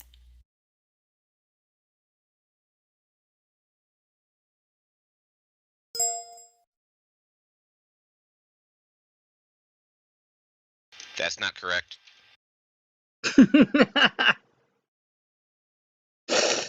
He's not going to give it to me, but he's going to tell me what it's not. That is correct. Awesome. I'm being a good husband. by absolutely ignoring what my wife is doing, except when she does it wrong. You're a butt. That's what I do to all people. What in the butt? What in the butt? No, not in the butt. You're a butt. Put an Aw. alligator in your butt. See you later in your butt. Nobody? Eddie Murphy? 1980? Anybody? Aha! I'm laughing. Put a nickel, put a quarter, put a dime in your butt. I have that actual cassette tape buried and dusty with spiders in it here somewhere. That's what she said. See what he did there? I follow what happens with those jokes.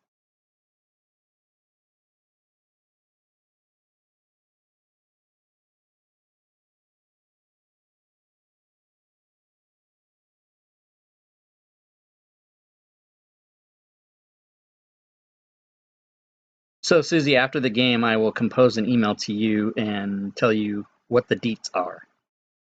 Sweet. Sounds good.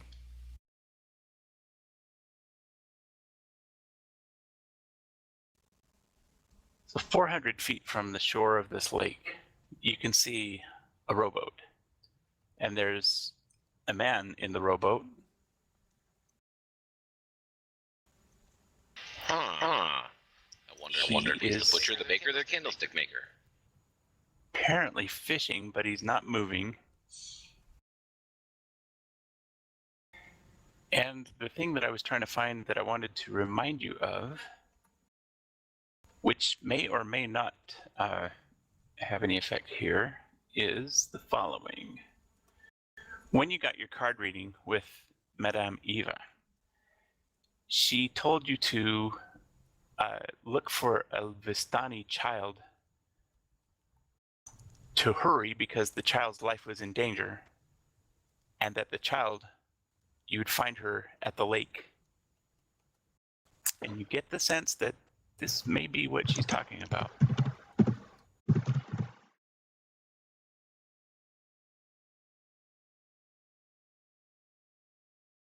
Time for adventure. It's D&D the crap out of this.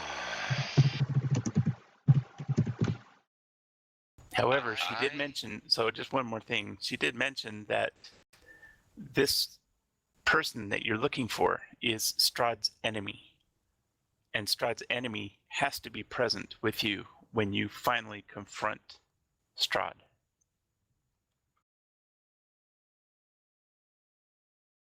That was a really good place for a dun dun dun. Dun, dun, dun. Right? But I disabled Teams Fantasy Mouse. But this, Science Speed, that is sorry. awesome information. I'm super excited by this.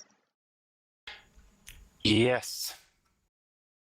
Do we know if his enemy is in the party now, or do we have to find him? You don't know that, but she said that you would find his enemy at the lake. And this is a lake. And there is a dude out there. We should maybe ahoy this dude. She said specifically you find the child on the lake. And it is a child. Child fishing? A Vistani child. No, that's a man in the boat.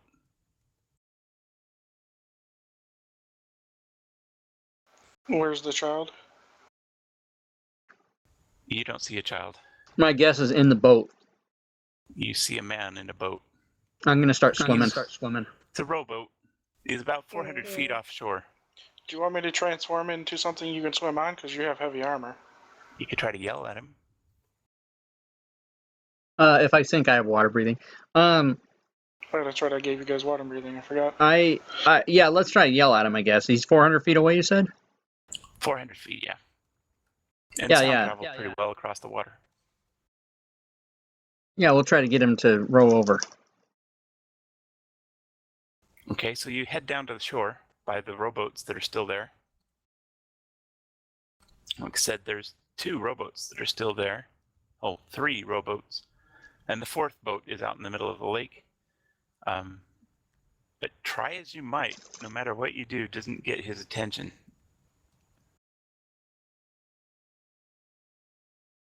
Fireball. You actually throwing a fireball at him? Yeah, I'm thinking the same thing, Plaz. Rowboat time. So who's getting in the rowboat? Plaz. I'm gonna stay here with the children. Shanae. You know what? I'm gonna sit down and cast Water Walk on all of us.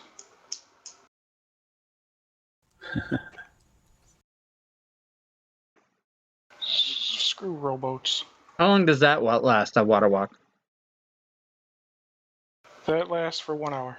How long does it take you to cast that? About 10 minutes because it's a ritual. Okay. Nah, let's go. As you begin, you're watching this guy out on the lake, and suddenly he gets up and he picks up a burlap sack with something heavy in it. Oh, I start rowing immediately. He throws it into the water. Okay, here I go. Fast as I can. Yeah. Alright, I transform into a dolphin and jump in. Oh, snap. We got a dolphin among us. So you interrupt your ritual and turn into a dolphin, and you start swimming out to the lake. Okay. Or I haven't seen a dolphin, so I've never seen a crocodile, so I'll transform into a crocodile. But I'll take dolphin. That's fine. Well, if you want, because I just want to do something where I can grab the burlap sack in the water and bring it back. Rorik, do you want me with you? You can do whatever you'd like. I'm staying here with the kids. They've already been traumatized enough, and I think if I leave them on shore without an adventurer present, then something bad's gonna happen. That's a bad idea. Okay, Thorin, please give me a athletics check.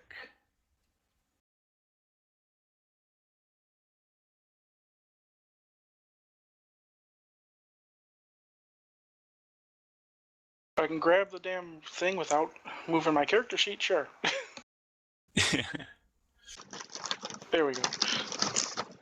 Nice. Okay, so you successfully swim out under Plaz, who's rowing above you. Grab the burlap sack and head back to shore, I believe. Is that where you're going? Yeah, I think my swimming speed is like 50 or 60 as a dolphin or crocodile. Okay. Well, and with your acrobatics check here, you're successful in getting the burlap sack back to the shore. Awesome. Now, Plaz is still rolling out, right? Yes. Do you guys tell Plaz? I have cheese and crackers in my mouth, sorry. Yeah, I'll let him. Or maybe just let Plaz keep rolling? Garçon, we need to go back to the shore. He We got don't- him. We don't want to apprehend this gentleman and who tried to throw our baby into the water. You just might. You don't know it's a baby yet. Oh dear Lord. Okay, so you guys swim out to see this guy, and this guy is drunk. And he is like he's been in some kind of a trance. So what do? You've rolled your boat up next to him. I'm gonna pop my butt in his boat. Okay, you jump into his boat. Sit down and start rowing back to shore. And he turns around and starts getting mad at you. Sir, you can either sit down or go for a swim. Your choice. Looks like a physical confrontation might be taking place here. He's getting angrier. Do you want to try to calm him down, or? Nope, I'm gonna rock the boat. Okay. Don't rock the boat, baby. And he stumbles and falls over the edge of the boat. He's now in the water and screaming for help. Plaz will grab him and pull him into his boat. Plaz grabs him and pulls him into his boat. Okay. I told you, sir. Sit down or go for a swim. And I will I'll tell him to sit down and be quiet, and I'll open my mouth and I'll put a little lightning spark in the back of my throat. Intimidation check with advantage.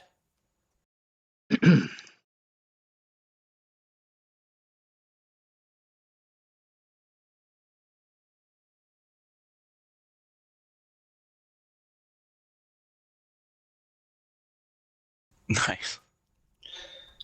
Yeah, he's very calm. He's just grateful that he's not sinking to the bottom of the lake because he doesn't swim. All right, cool. So we'll go back So to you the guys- shore then. You bring him back to the shore, and now you've got him and a burlap sack. And in the meantime, let's talk about the burlap sack. So, Thorin, you made it back to the shore as a dolphin with the burlap sack. And I'm supposing So you threw the burlap sack up on the shore with your teeth? Yeah. Well, like I was gonna say, if I was an alligator or a crocodile, I would have pulled it up. But then if you said it was a dolphin, so that's fine. It all works for me. Mhm, Okay. mhm. Well, that's good. I to just know. wanted to snap he at gets- the dude too, but So you When get he the sack gets up to back, the shore. I'll untie it and see what's in it. Great. Osborne unties it, and there is a child in the sack. She has blonde hair. Beautiful little girl. Okay. You guys might not want to row that guy back here. Sorry, raven black hair. I got that wrong. okay. I'm gonna transform never back mind. He's into an elf. Okay.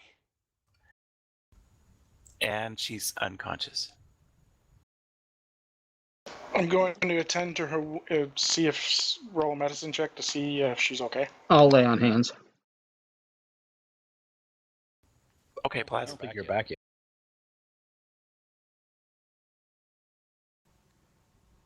Yeah, didn't do any good. So Plaz and the other rowboats get back, and the guy that you're bringing back gets up to move away. Looks like he's going to wander off. What are you going to do? Oh, I don't think so, sir. Sit down. And he kind of staggers around and looks at you. So give me an Did I stutter? intimidation check. If you guys need to hold him in place, I can cast hold person on him if you would like.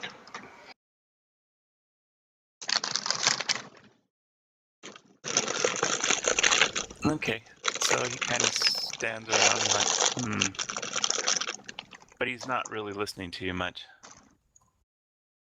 In the meantime, Plaz goes over and he lays hands on the girl, and she comes back to consciousness and full health.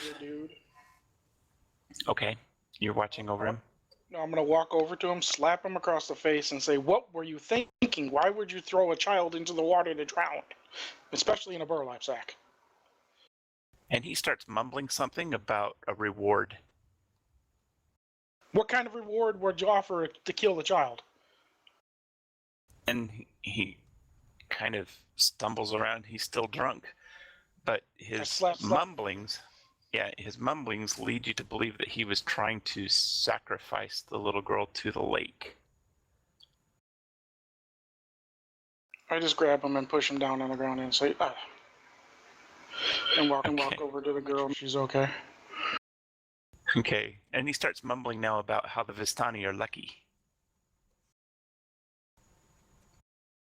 And then he starts thinking about what he was doing, but he's just still mumbling to himself about how lucky the Vistani are and how sacrifice to the lake was supposed to work, and he was waiting for his reward. But this guy's barely able to understand his own actions. He's unarmed, doesn't have anything on him. So you're just standing over him. Okay.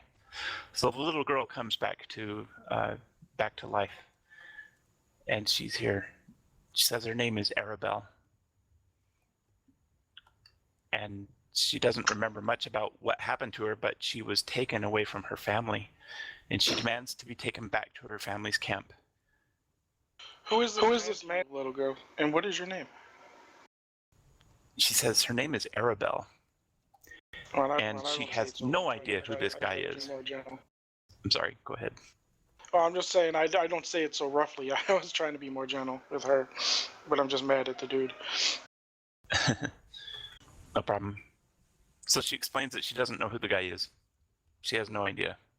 But the last thing she remembers, she was asleep, and that's all she remembers. She went to bed the night before, and that's it.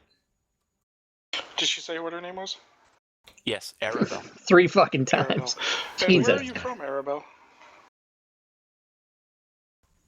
She tells you that she's from a camp just outside Vallaki.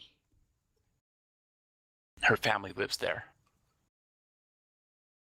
That's where we're heading towards, right? Is Vallaki? Yeah, Correct. we can take you there, no problem.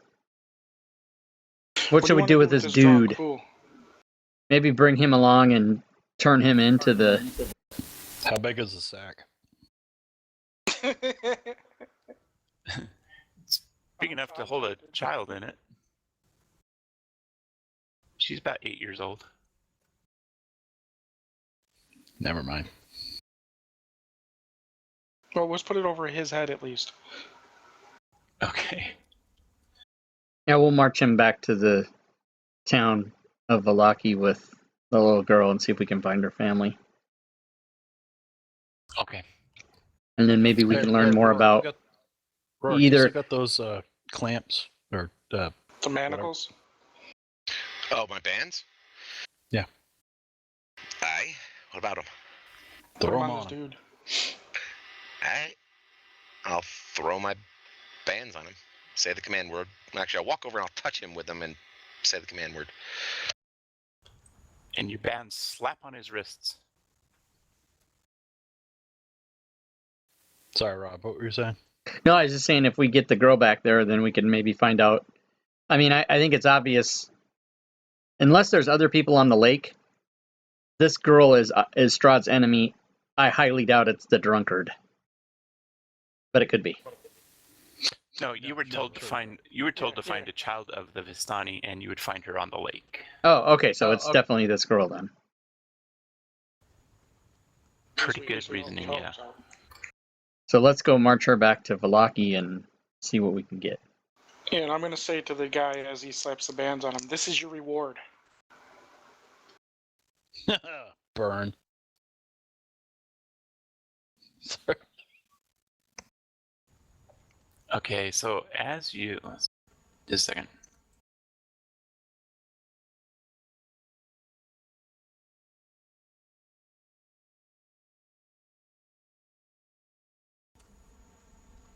So you travel towards the town of Vallaki with your little group now. So now you have Arabelle, you have this drunkard, you have 2 children, and you have Irina, and you have Ismark. You're getting quite the group of people here. Just one moment. Too many windows.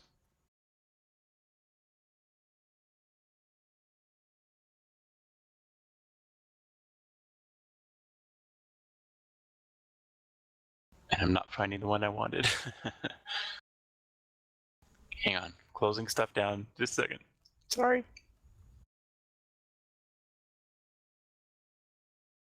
Oh, okay. So you also find out that this guy's name is Bluto Krogarov.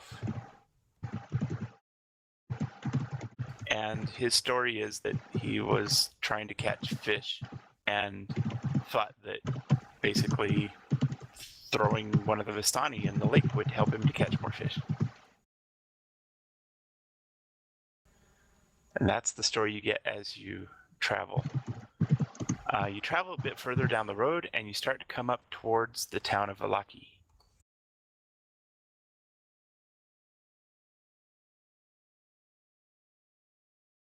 And after 100 more windows are open, just a moment, I'll tell you what we're seeing. After 100 more windows. We'll tell the little girl to, she'll be able to point out where we should go. Yeah, she'll be able to help you. So the Old Svalich Road meanders into a valley watched over by dark, brooding mountains to the north and to the south. The woods recede, and they reveal a sullen mountain berg surrounded by a wooden palisade. There's thick fog that presses up against the wall as though it's trying to find a way inside, hoping to catch the town aslumber. The dirt road ends at a set of sturdy iron gates with a pair of shadowy figures who are standing behind them. planted in the ground, and flanking the road outside the gates, there's a half-dozen pikes with wolves' heads impaled upon them. There's a 15-foot high wall that encloses the town. The vertical logs are held together with thick ropes and mortar, and the top of each log has been sharpened to a point to keep out wolves or whatever else might try to attack the town. There's wooden scaffolding, apparently, that hugs the inside of the palisade. You can tell because there are guards that walk around it, and they're peering over the wall. The girl, Eller Arabelle, tells you that her family lives on the other side of the town. So you have a choice. You can either walk through the town, or you can walk around it.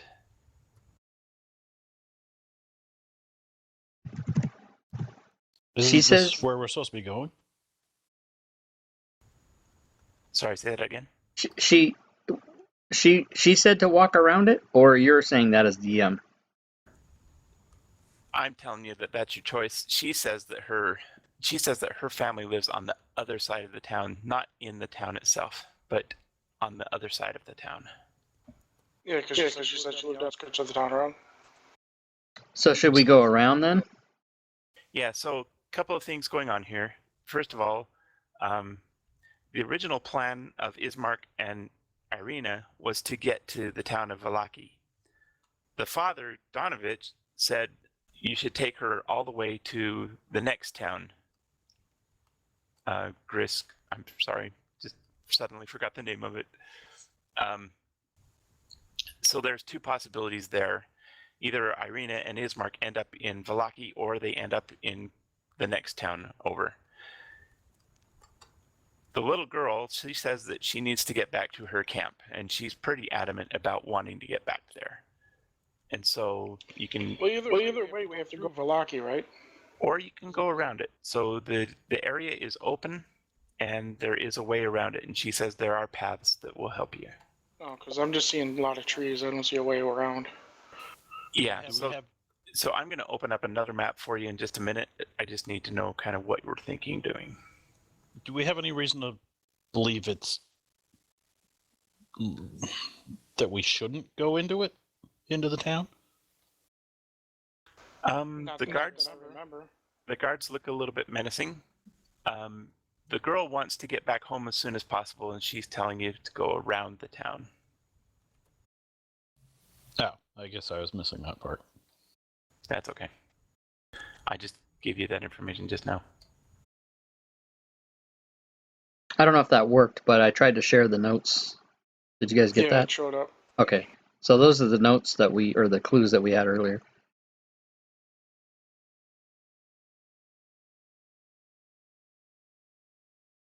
Yeah, you picked when I cast water breathing on you. That's when we got that totem. Yeah.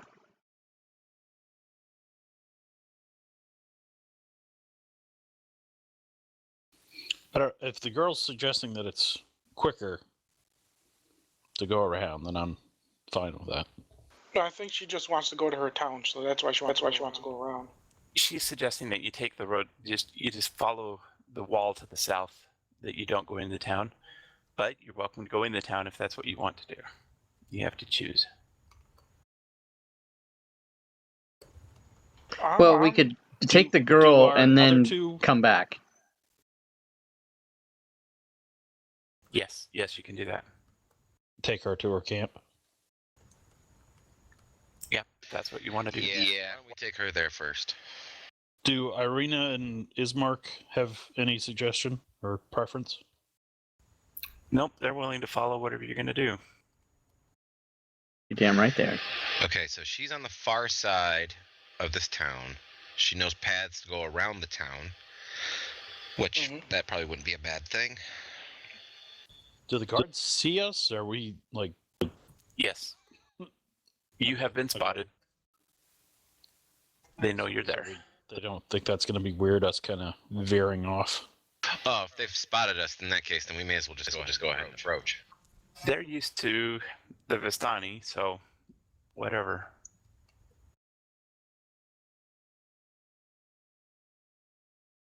I'm fine either way. It doesn't matter to me. Whatever, I'll follow whatever the party wants to do.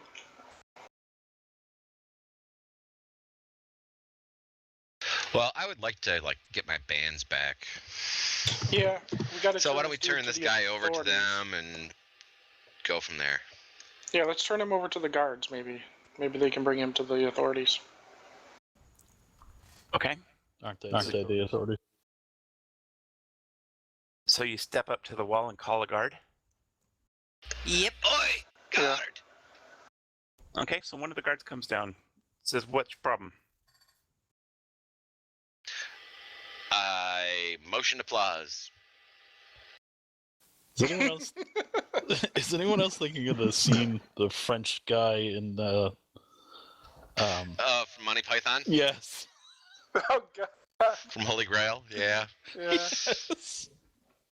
You smell of elderberries. Sorry, go on. I march this guy up to the gate, or where the guards are standing, I assume. And I say, we turn this man over in the name of the law. I don't know. The what? The law. The what? Oh, the law. Yes, that's what I've been saying, you fool. We found him in his drunkard state in the middle of the lake, trying to toss this young lady into the water in a burlap sack.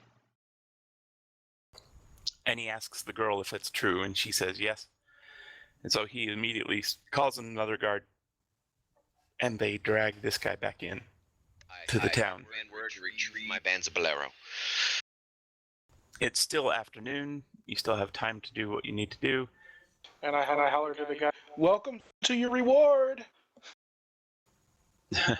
Really gonna rub that salt in, aren't you? Yes. Wow. You're kind of a vindictive druid today. Yeah. If somebody tries to kill a child, yes. Well, the guard assures you that they will look into this and assures you that they will take care of the matter. All right, around we go. Okay. So you start heading around the town, and you follow the wall. I'm just going to outline it here on the map, if my mouse and everything works properly.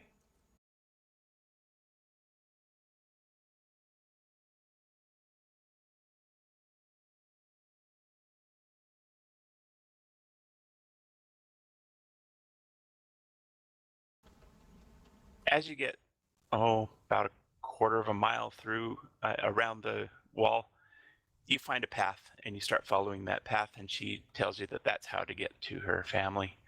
And there are no more incidents until you arrive at the Vistani camp. Awesome.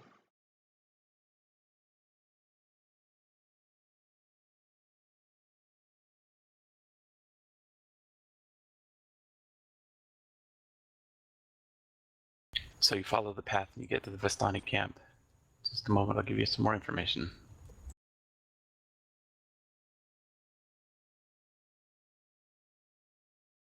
You travel along the path. It goes through some more forest, and pretty soon the woods part to reveal an expansive clearing. There's a small grass-covered hill with low houses built into its sides, kind of like hobbit homes. There's fog. Fog obscures the details, but you can see that these buildings feature elegantly carved woodwork, and they have decorative lanterns hanging from their sculpted eaves. And it's dusk now. Atop the hill, above the fog, you see a ring of barrel-topped wagons that surround a large tent with a column of smoke pouring out of it through a hole in the top. The tent's brightly lit from within, and you can see the light streaming out. Even at this distance, you can smell the odors of wine and horses and cooked meat that emanate from this central area. The little girl tells you that this is where her family lives, and these are the Vistani. Again, a different camp from Eva's camp, Madame Eva's.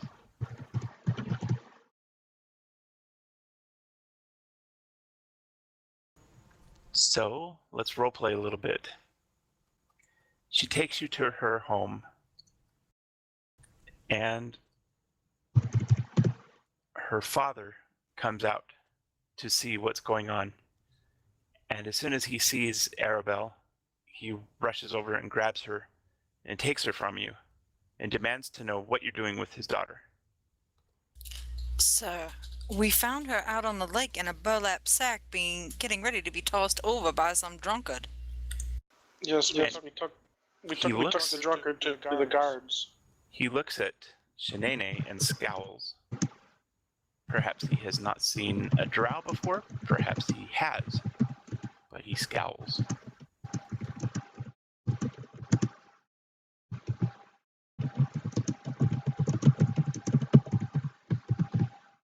Well, sir, I see that you're scowling at my friend, but she is not evil. She is here to...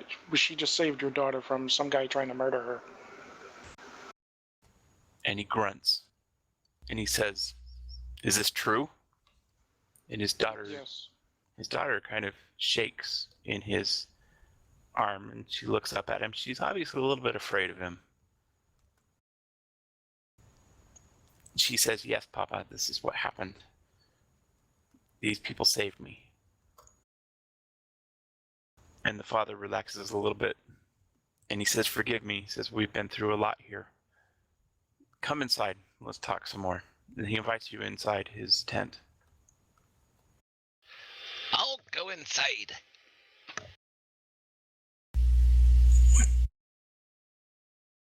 Yep. Follow Rourke. Just a moment, I have a map for you.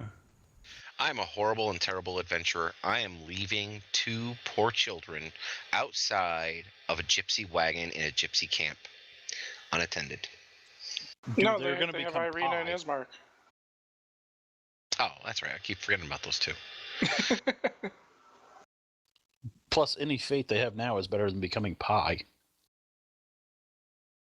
Stolen by gypsies or becoming a pie. I guess it depends if there's rhubarb involved.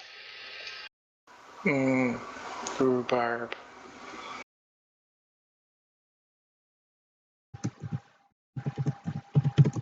Thorns, mouth waters.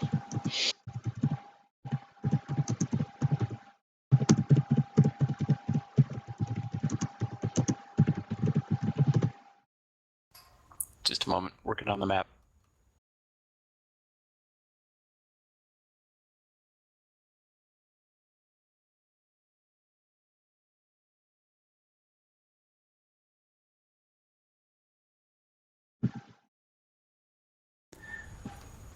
Okay, you should be getting this soon.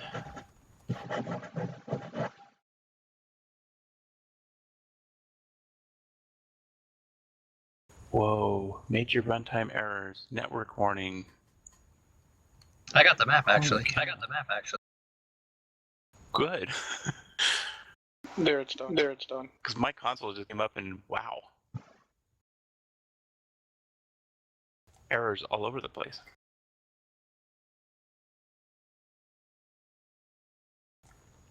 So basically, the father met you out on the road and he led you up the hill, past the first of the wagons, past a bunch of horses, and into a big central tent where all the light was coming from and the smoke was coming out of the top. And it's turned night now. And he leads you in and invites you to come and sit down. I will definitely go in. Okay. Yep. So Ismark and Irina, they find something else to do with the kids. So they disappear on you for a bit. And you're in there, you're sitting down talking with everybody here a minute. And Lulash, now, as you're all sitting, asks for an explanation of what happened. And so he allows you to explain what happened to find his daughter. He says she's been missing for 2 days. Well, sir, we were traveling along the road and we happened upon this drunkard throwing a burlap sack into the water. So we found it very weird. So I transformed into a dolphin and jumped out and jumped into the water and go on after the burlap sack and brought it out. And we found it was your daughter in there. And then we arrested the gentleman and brought him to the guards. And he nods his head. As you look around in this tent, you see 3 sputtering campfires that are filling the tent with smoke. And through the haze, you see several Vistani that are passed out in various places on the grass. Are they dead yet? There's a barely conscious and shirtless Not teenager hugging the central tent pole, and his wrists are bound with rope. We had a brutal His battle black at the beginning, back though. is streaked with blood. And there's an older man. Yeah, GeoQuester went down. In studded leather Rurik. armor, and he has been lashing the young man with a horsewhip, causing him to scream. Standing in the bigger man's shadow is a third man, and he's also clad in studded leather. And he says, Studded "Easy." leather. He says, "I think Alexei has learned his lesson." As you ask a little bit more about what's going on, it turns out that Luvash has been punishing Alexei for failing to keep a watchful eye on his daughter. And they believe it was Alexei's fault that she disappeared. The gentleman that we had captured with your daughter was mumbling. He was drunk and mumbling something about the Vistani being lucky and that he was sacrificing her to the lake for a gift. And your daughter stated that she was stolen directly from her bed.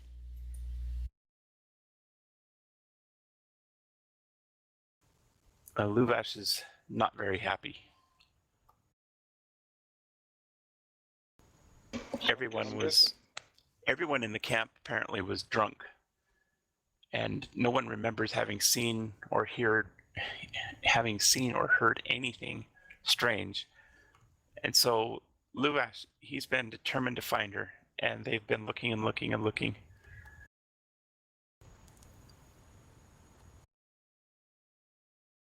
Well, your daughter is found now, and I don't think this young man is to blame. So I think this discipline is uncalled for. So Luvash is grateful, and he offers to repay the favor. He says, "I have treasure from the Vistani treasure wagon, and you are welcome to choose a treasure from it." I'll pass on the treasure, but you could do me a favor if you would. And he nods his head at you. What do you ask? Pay more attention. Stop drinking so much. There's no reason for you to be in a drunken stupor like this, especially when a young girl's life was put at stake because of it. He's a little confused because he wasn't drunk at the time. Apparently there was a big confusion and nobody really knew what was happening when the girl disappeared. But Alexei apparently had some responsibility for being in charge of her. He still believes it was his fault that she disappeared.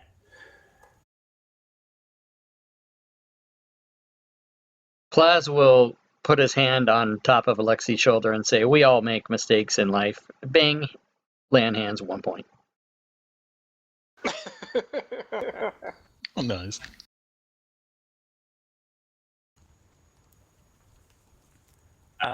The other large guy that was whipping the boy, he comes over and he stares at Plaz.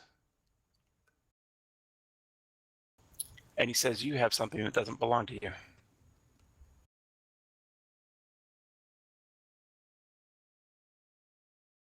And he has a quite gruff voice, fairly intimidating. Plaz, could you give me a wisdom check? Mm-hmm. Save or check? Check. Thanks. So his intimidation doesn't have any effect on you. What is it you think I have? He says, you have a blade that does not belong to you. Oh, I'm afraid you're mistaken, my friend. That absolutely belongs to me. And he starts That arguing. was a gift to us. A gift from who? He demands to know. Madam Eva. And at this, his eyes turn inward a little bit as he starts to think about the implications of what he's trying to say.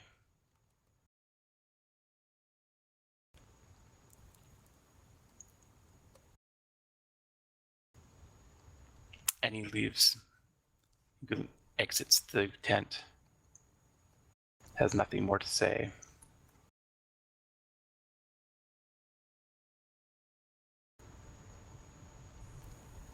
It's just one moment.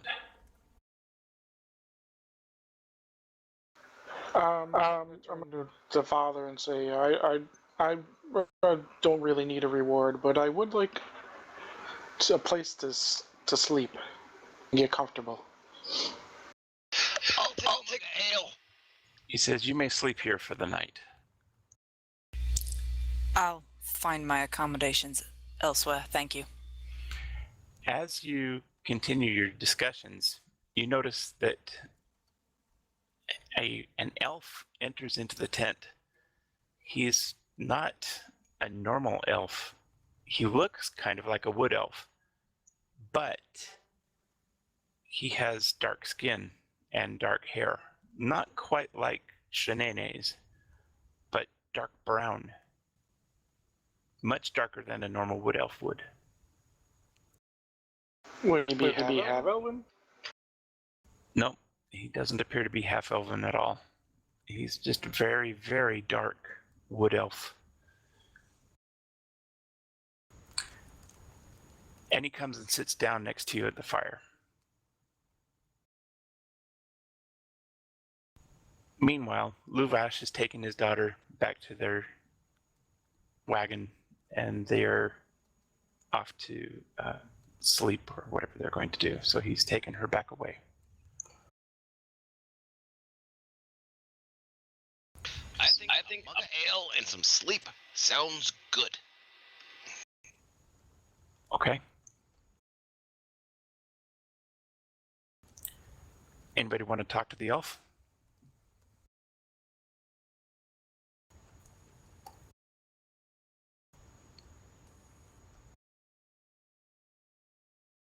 I'm speaking to him. So he responds to you in common, and he explains that he is not a wood elf.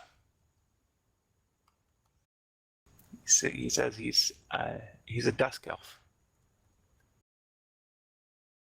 And as you continue the discussion, you learn a little bit more about him.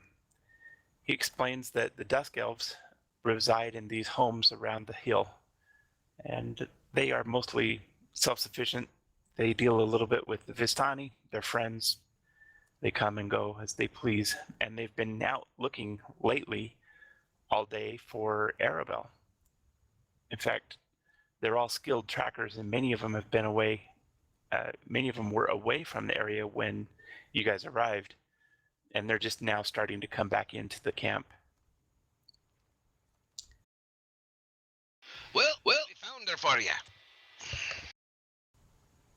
We found her in. He also starts to ask you a little bit about your purpose here. Specifically, with leading questions towards your intent with Strahd. We're gonna kick his butt. But he does it. He's gonna be buried in the ground. He does it in such. At a time. He does it in such a way that it is subtle. He's not allowing the other Vistani to hear what he's saying. And the other Vistani have stepped away, so pretty much you're alone with him, except there are Vistani that are apparently sleeping around the area. So he's trying to be quiet and keep it under wraps as he's talking to you. Being subtle. And he wants to understand what your purpose is in here. What is your intent, specifically with Strahd? Well, I explained to him my intent is like, my personal experience is I came from seclusion in isolation in the forest because a vision was bestowed upon me. I needed to come out and find a powerful adventuring party to destroy a great evil that only I can destroy. And I plan to take this, the blade of his brother, and slice his throat with it. Do you show him the blade? I do not extend it, but I show him the hilt. This is the Sunblade. This used to be a crystal sword that belonged to Strahd's brother, and I'm going to kill him with it. As he hears your tales, does anybody else have anything else you'd like to say? Where's the ale at? Why are we telling this guy this? As you explain what you're saying, as you talk to him a little bit, his eyes open wide in wonder. And he explains that secretly Strahd is one of their enemies. He's the enemy of the Dusk Elves. And he explains that many years ago, many years ago, Strahd did something very bad to them. What did he And do? He tells you a story. And in the story, he explains that one of Strahd's old brides, her name was Petrina Velikovna. She used to live here. And her brother, Casimir Velikov, still lives here. But Strahd was trying to get Petrina to marry him. And as he went about his attempts to win her favor,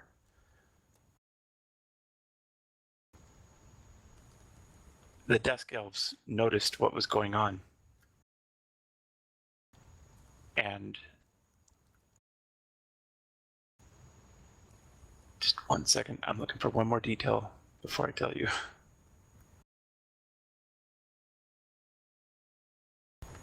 Before she could be turned into a vampire, the elves ended her life so that she could not be falling into Strahd's world. And it really upset Strahd. He was very upset.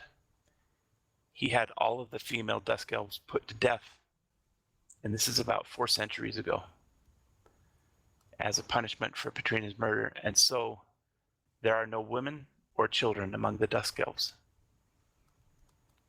They can't procreate, they can't have children. They are now a broken people. And they are fully aware of the vampire's absolute hold over the land of Barovia. They keep a low profile and they have no desire to incur Strahd's wrath again.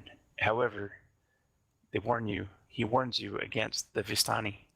He says, the Vistani, they are Strahd's servants. Many of them, most of them, are evil. And they will do anything that they can to serve Strahd. And so he warns you to be aware of them, especially be aware of Luvash and his brother. Those are the two that with the studded armor that could, the one that talked to Plaz, right? Yes, the one that talked to Plaz, and the other one was the father of Aravel, who you still need to figure out how to use her. Right, Yeah, I was just going to how ask do we use this. a kid? I was just going to ask this elf, what is the significance of... we were told tale that this girl that we rescued from the lake is Strahd's mortal enemy. What can you say about that? And again, his dark brown eyes widen in wonder. And he says, I've never heard of such a thing. Is it possible that this might be Strahd's time? If we have anything to say about it, it sure is. That's right. Hells will be. My A11 friend is absolutely 100% correct. Yes.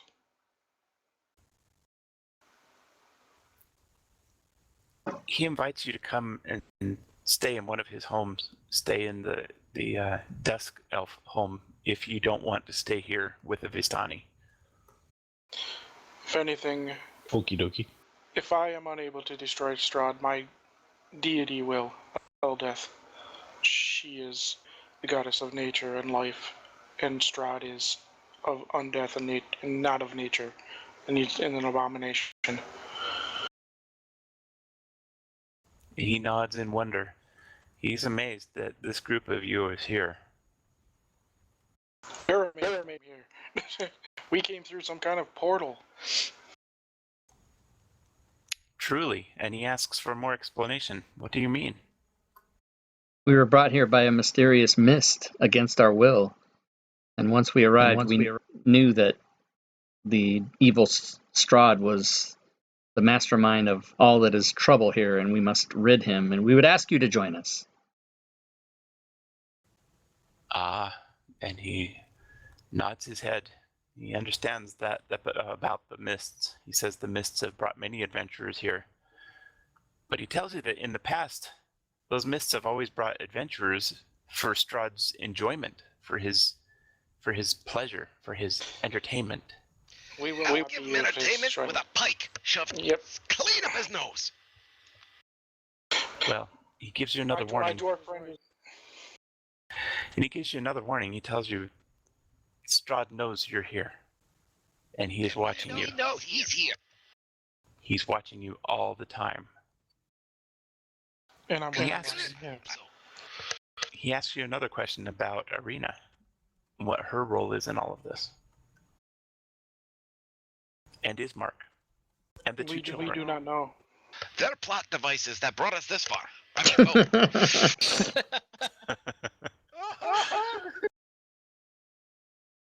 hand me another ale. He gives you another ale. No worries. When I get drunk, I don't try to drown children. So at this point, you're welcome to decide what you want to do. You want to stay here? You want to go and join with this dusk elf in his hovel? Or do something else? I say What we is your join choice? the Dusk Elf. Same. Yeah, let's go with I don't him. know. The Vistani women are hot. That's true. Oh yeah, you are a dwarf. Go ahead. Okay, so who goes with the dusk elf? I'm going with the Dusk Elf. Laz. Osborne. I'm staying with the Vistani. Vistani. I love it. Actually, I'm staying wherever the kids are staying. Good choice.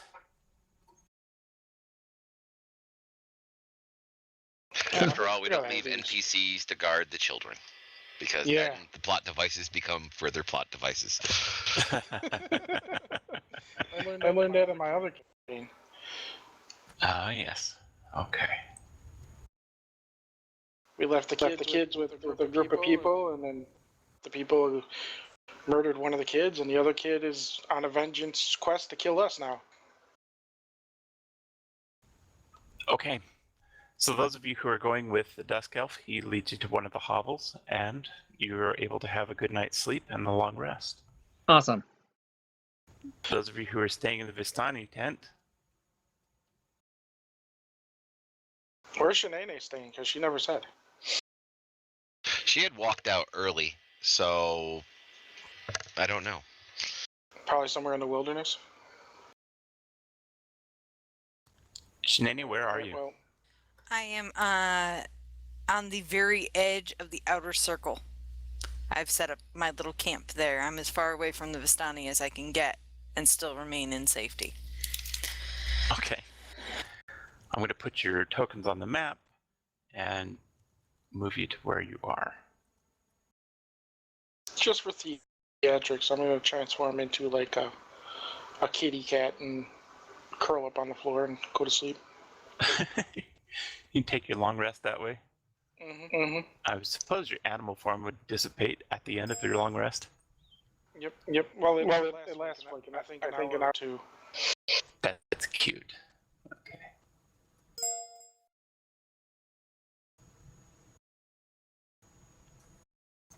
Just looking to see if there's anything else I need to do for you here.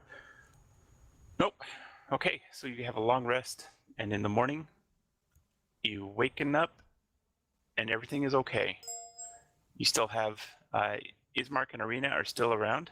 Children are still there. You find that the Vistani are still there. The Dusk Elves are still there. Lucky you. Take it easy, Jared. I remember that. However, Luvash is not willing to let his daughter go with you.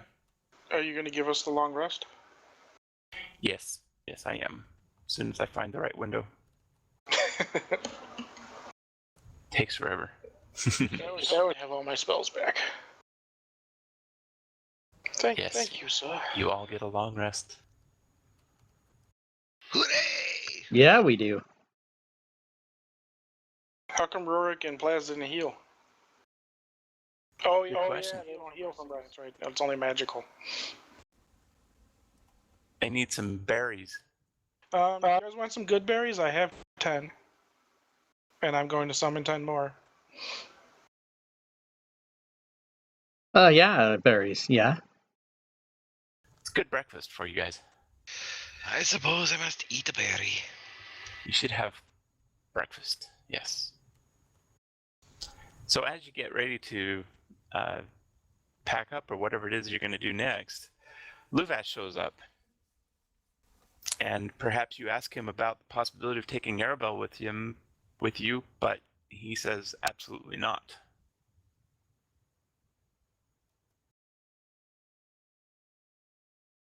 We need her. Well, wait. I would say, can we say we leave her with her father until we figure out how we need to use her? Can we have this conversation elsewhere? Yeah, you probably don't want to have this conversation in front of him. Yeah. So you step away and you huddle up and you talk about it. All right. My thought is this. Leave the girl here. To be honest, I'm not into this whole mumbo jumbo, some pretty pictures on some cards telling us what we need to do. I'm not into it. Class starts laughing. But in the off chance that we do need her for something, we know where she is. And I think leaving her with her father is the better idea, instead of dragging her across the world with us.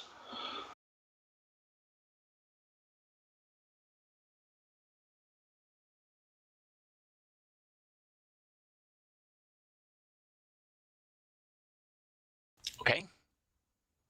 Is that what you... So what do you tell Luvash? What do you say? Enjoy your daughter. Don't try to drown her again. Don't let her be stolen. That sounded horrible. It's supposed to. No, in the enjoy your daughter part. Oh, that Sounded, part. sounded Never a little incestuous. Well then. But keep her safe. You see, an old woman, Vistani, such as yourselves, told us that your daughter has a destiny. And our fates are intertwined. And by those fates, I tell you now, we will return and we will free you all from the oppressive nature of this undead scourge upon your world. And Luvash throws his head back in laughter. And he says, I like your type. Puts his arm around you. Short dwarf. What's that? The picture of his bonfire finally got it working. Sorry. I'm distracting. Oh, okay. Yeah, these darn plot devices just sorry. go on and on. We don't have anything to do. It's just listening to all this stuff. Yeah, I get it. Okay. And as I enjoy the plot devices. so Luvash puts his arm around you and he escorts you out of the tent and he wishes you good luck. And he gives you a couple of gifts to thank you for taking care of his daughter. Awesome.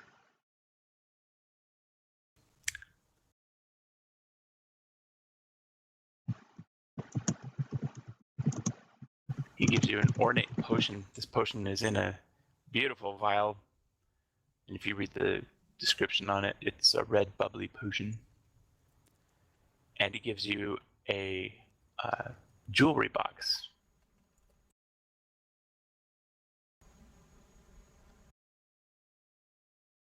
It better be a magical jewelry box that can hold a whole crap ton of stuff.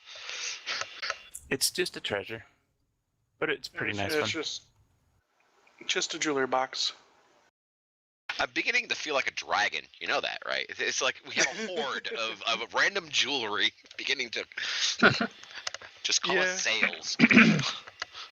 We need to find a store so we can sell some of this junk.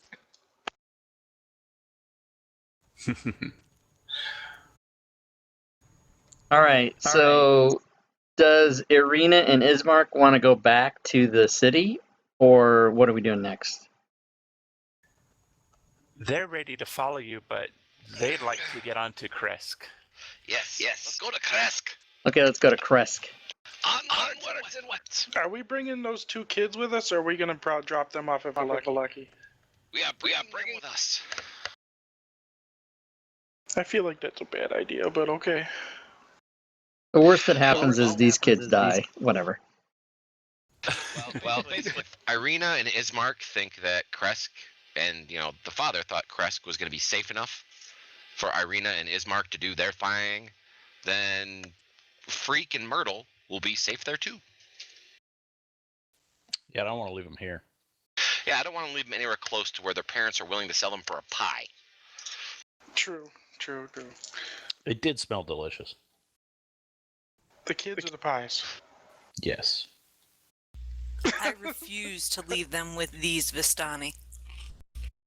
Well, I'm not saying these Vistani. I was saying the town of Valleki. We could probably turn them into an orphanage there, maybe. It's a town. Which is close by to where we fought the people who turn children into pies, and we'll probably turn around and sell them back to those people. Well, and then going into Valleki, we could sell this junk we're carrying around too. Yeah, we're going to another town though, so let's do it there. Yeah, we'll go to the further town. Let's go to the further town. Let's go to the further. No, okay. Autobots, roll out. Part of what makes you guys so fun to play with is your your conversation with each other. Yes. Oh my! It's heavens. many shenanigans. It's funny. Hey, at least we've gotten away from the whole idea that the dwarf cuts off people's feet and tries to eat them. I forgot about that. Okay, so back on the Valleki map, you head out of the Vistani camp, and you head back to Old Svalage Road, this time on the west side of Valleki, and you start heading west. So it means we go back to the other map. Oh, first of all, I need somebody to claim these items, or else we just discard them in your party sheet inventory. All right, I'll pick them up.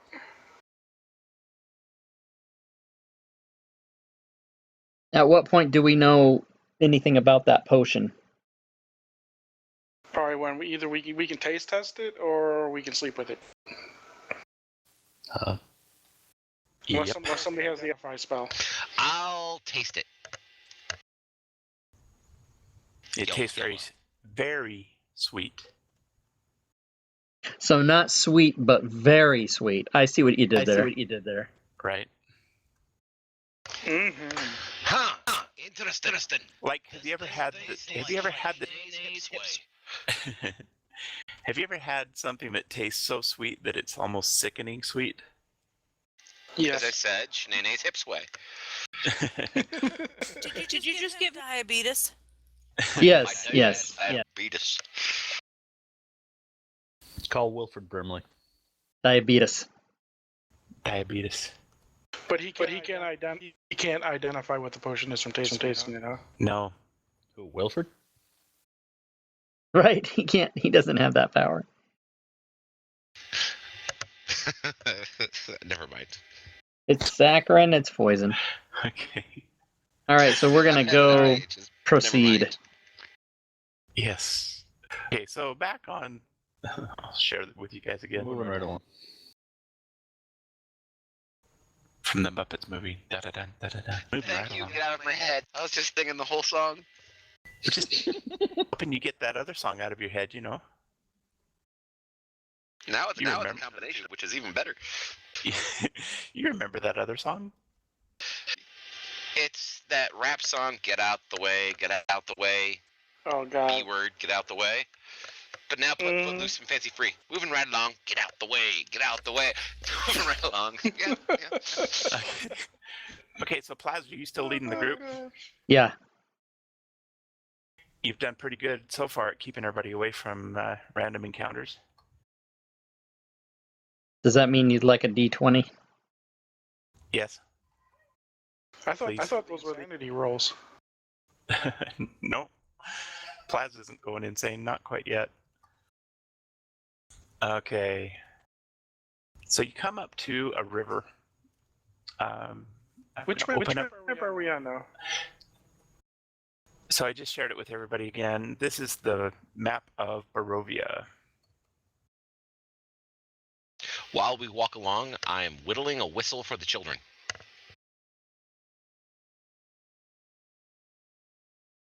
Hi, I'm Wilford Brimley, and I have diabetes. It hurts me to pee, and it causes because me to we're be not short with Susie, my noisy the family. video. I can't sleep at night. The other day, I stubbed my toe and took it out on the dog. And 2 And you weeks come to a ago, I spot ran where out of vanilla ice there's a cream and river, struck my and wife. There's a bridge over the And then I river. find out my wife's been dead for 6 years. Who the And the hell road did comes I hit? to This message an brought to you by the intersection, National and it Diabetes branches to Association. the northwest, the northeast, the southwest, and the southeast. Diabetes, exactly. Exactly. Is that where the bridge is from the west or the west of Vallaki? Yes, Because our token is still on the shore. I know. Just a second. Lazy game masters, damn them all. Forgetting things about like tokens and stuff. Yeah, sorry. Grab a token and stick it up there for you. Not what I thought you were going to say. I'll tell you where you can stick your tokens. Gently now. Gently. Gonna stick a token for you. Just a second. Mm-hmm.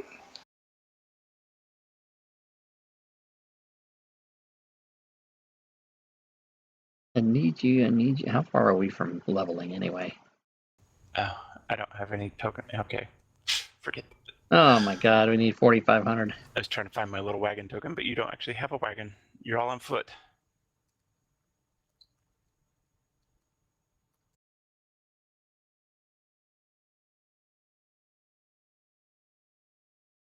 Just think of the wagon as a metaphor.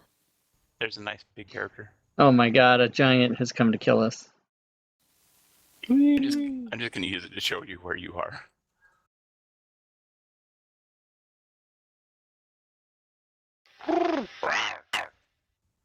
So you just passed this bridge.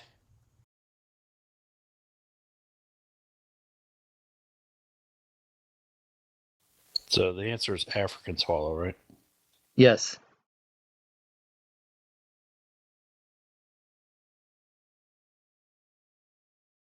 Is the name of the river Kwai?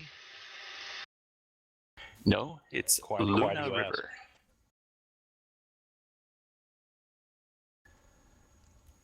Okay, so as you come to this crossroads,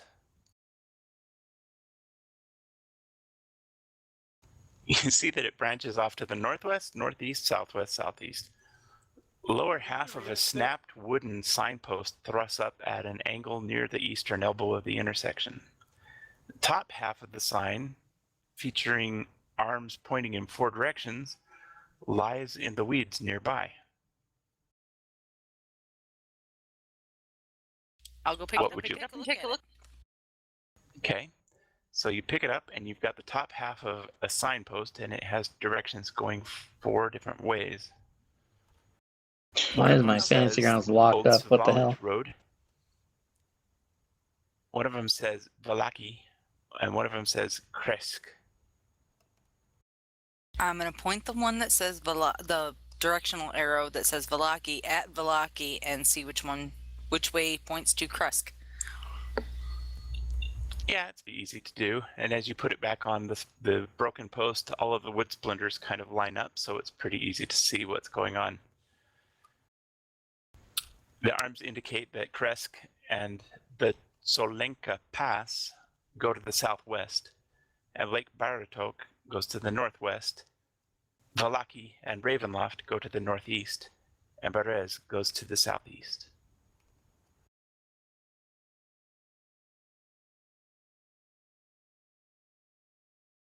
So now you have a choice. The northwest branch looks like it's climbing gently up, becoming a dirt trail.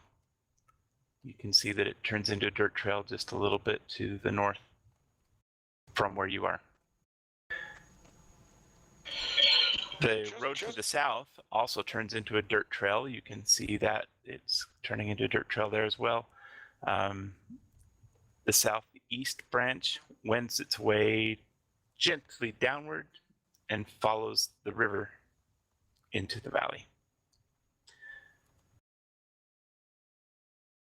And that one says Berez to that direction.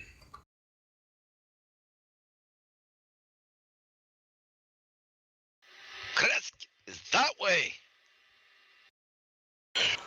Just so you guys know, if we need to, I can summon animals for traveling. So I can summon up to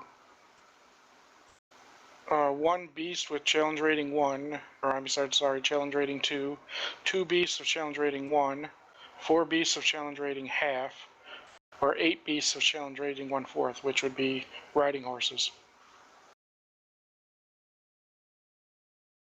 So I can summon us 8 riding horses. Huh. It lasts That's all right, for I 1 like to hour. walk. That might get you along quite a ways if you want to try Bleeding that. brains as part. But Yeah. the dwarf doesn't like horses, even though he's a ranger. Well, I can summon 2 giant eagles, so we can throw them on top of an eagle. I don't think so. I'm gonna Fly, you like fools, an as eagle Gandalf says. to the sea. So which way? Southwest. Let's see. Let's roll the dice and see.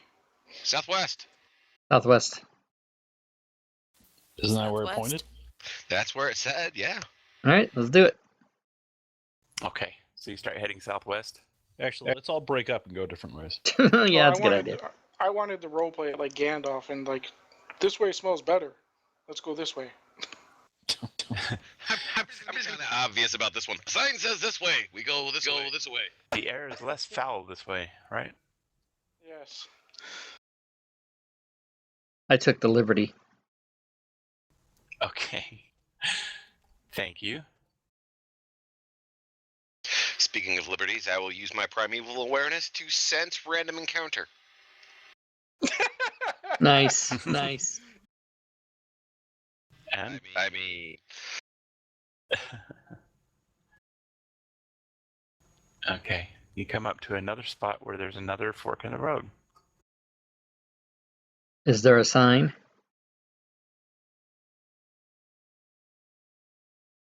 Shut up, Siri. Just a minute. I'm I really didn't ask messing you. stuff up. Hang on. We're in a hedge maze. There's a Minotaur at the end. maze.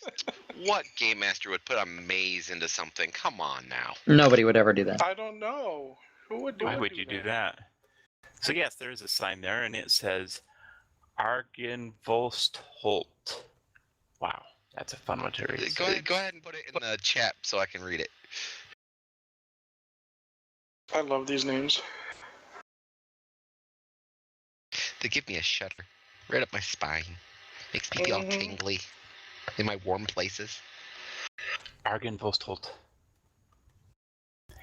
And that path seems to climb up into the mountain area. To the south of you, you can see a very large mountain.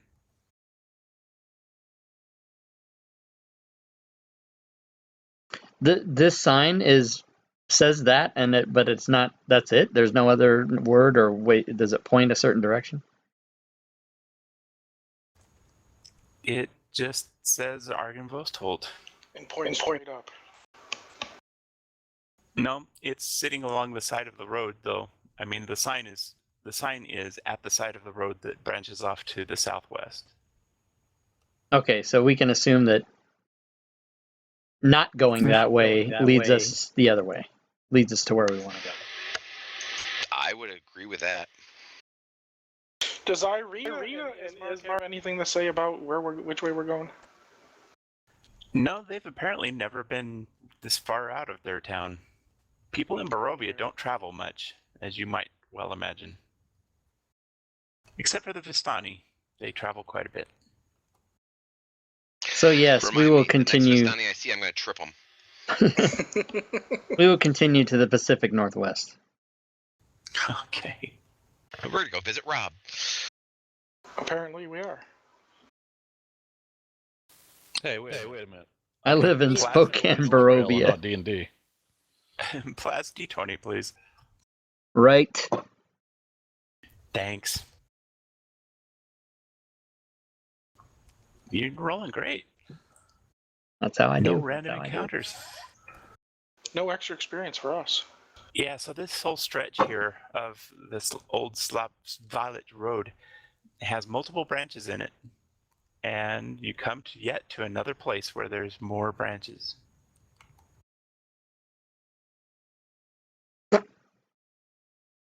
Somebody lost some cutlery. There's too many forks in the road. Branches, schmanches.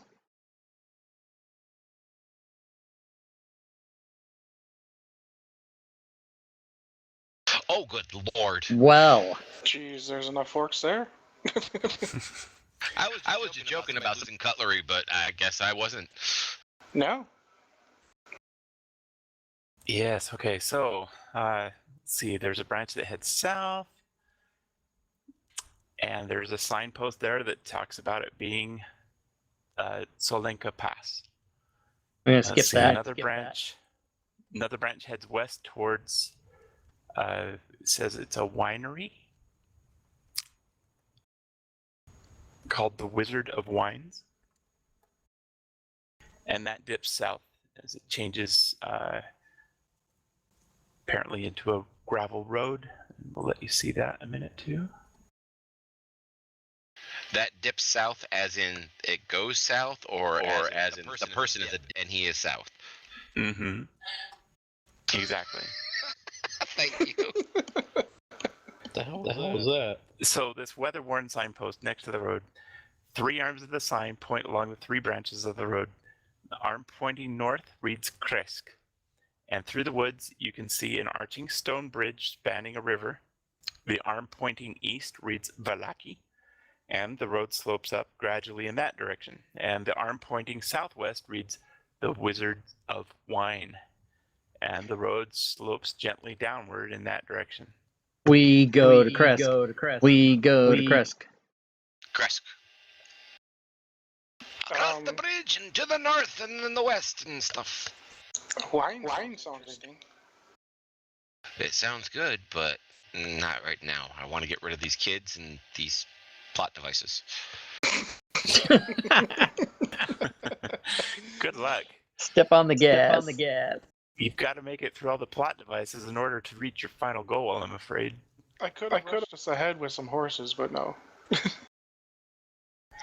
And Plaz, another D20.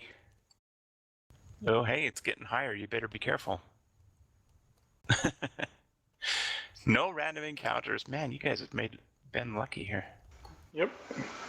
That means that we're gonna cross a Tarask, sunbathing somewhere along this road. Right. It doesn't. No, every random encounter just cumulatively. You know what I'm saying? I'm drunk. Cumulative. Yes, That's what I meant. good. It's the way D&D is meant to be. End. Okay. And now you get to another fork in the road. This is why nobody travels. Right? This is why Gandalf said, "Fly, you fools." It's really quite shocking that the signs are this good. Hold on. My birdie. You have a birdie? I have a birdie. Are you keeping it in your cleavage? We haven't seen this bird. We never knew you had a bird. I take out my feather token and summon my qual. Oh, that thing. Right. The big bird. Forgot all about Oh, great. The bird's going to come and teach us the alphabet. Great idea. Screw this, we're flying. But the it. town We can is see right everything here. from up in the air. Okay, so the road branches north, and it climbs a rocky escarpment. It ends at a gatehouse that you can see that is built into a 20-foot high wall of stone, reinforced with buttresses every 50 feet or so, and the wall encloses a settlement on the side of a snow-dusted mountain spur. Beyond the wall, you can see the tops of snow-covered pines and thin, white wisps of smoke. The somber toll of a bell comes from a stone abbey that clings to the mountainside high above that settlement. The steady chime is inviting. It's a welcome change from the deathly silence and oppressive fog that you've been growing used to as you've been traveling. It's hard to tell at this distance, but there seems to be a switchback road clinging to the cliffs that lead from the walled settlement up to the abbey. Congratulations, you have found Krezk. Yay! And we didn't have to use the birdie. Right. Fine. There'll be opportunity. But yeah, should have used that a long time ago. That would have been nice. And by now, it is now afternoon again.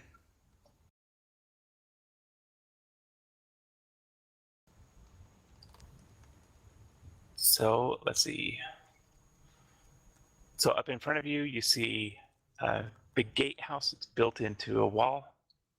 And that seems to be where the settlement is. And this is Krezk.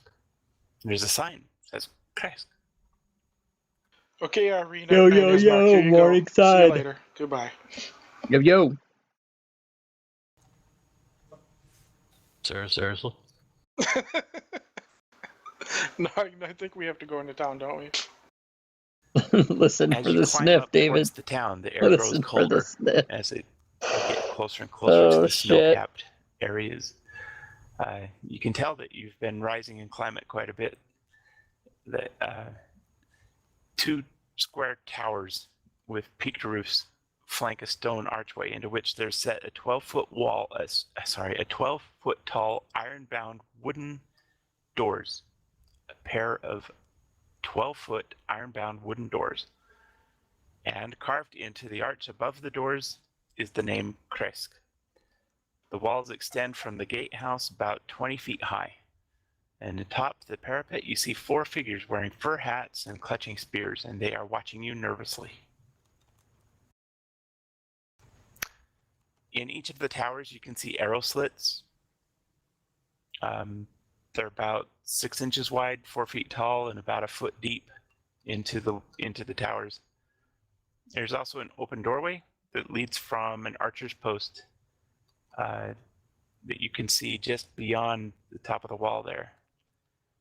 And you see a couple people sitting up there, and the guards that are watching you. Now that it's getting a little bit brisk and cold, I raise my hand and produce flame and warm us up. Okay. So you stay warm. Congratulations. Right? Not making us really look good, though. All right, let me pour some water out of my gallon jug. But by holding a little tiny fireball in my hand. Which weighs 8 pounds. Yep. So the double doors are made of thick wood planks bound with iron bands, and they're sealed shut. Sinead. Flint and steel. Or I go to hand her my produce flame. Oh, it disappears. Keep picking on me. As you look along the wall, of the city, you can see that about every 300 feet or so, there seems to be another guard. I hail one of the guards and ask them if we can have entrance to the city. One of the guards runs off, and the other guard continues to stare at you. I stare back blankly. I look at the children. I kind of huddle them together with me. Now, when they ask you as an adult, when you're old and gray and in your beds, you can tell your grandchildren, how did we defeat Strahd? And you can say, well, there was this drow whore who came and burned the entire demi-plane of bread until there was nothing left but ash. That's a great story. Fucking Jeff, that's awesome. They're not gonna have nightmares at all. So the guard appears back at the top of the wall again, and he has brought with him some kind of a magistrate or person that seems to be in charge here. And that person looks down at you and asks you what you want in a gruff voice.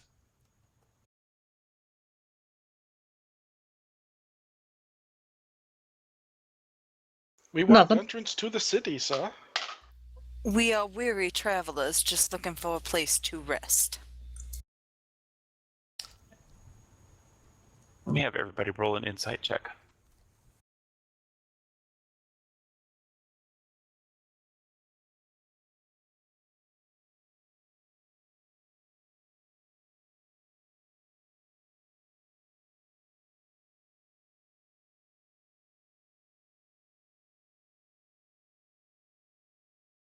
Wow, not bad.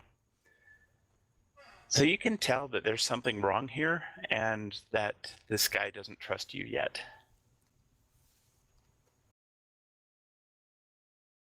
Hello, fine sir. Yes, what?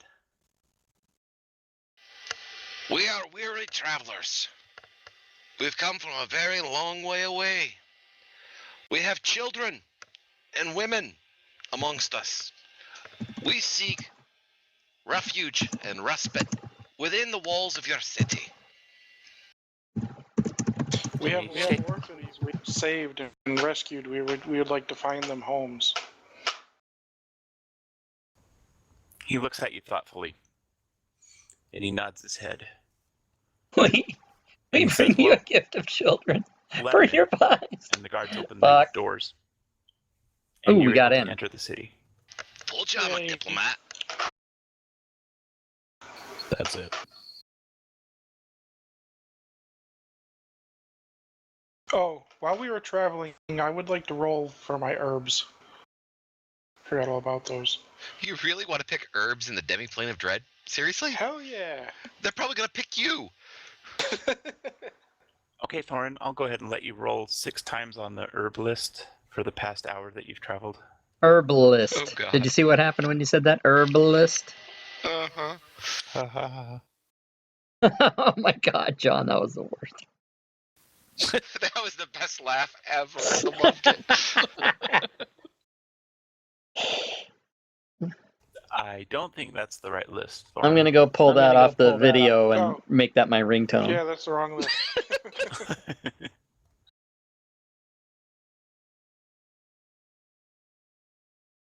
Okay, just a moment. I'll be sharing a map with you. Ooh, I'm gonna close this map. Close it! Close it! Alright. Get excited, everybody. Just calm down.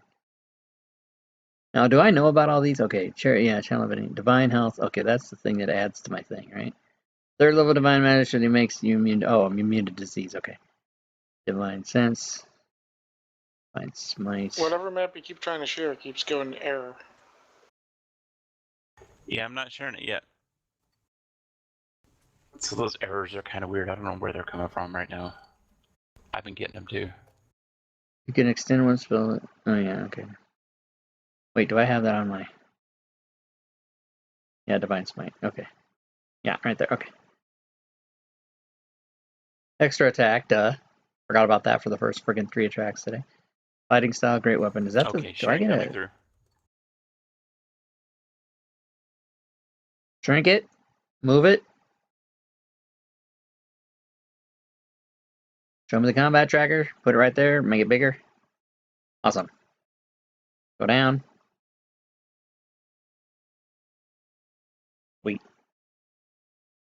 Hey, it looks kind of normal. I'm kind of happy with this. Yeah. I think somebody redid the maps for this module because the ones that come with it are horrible.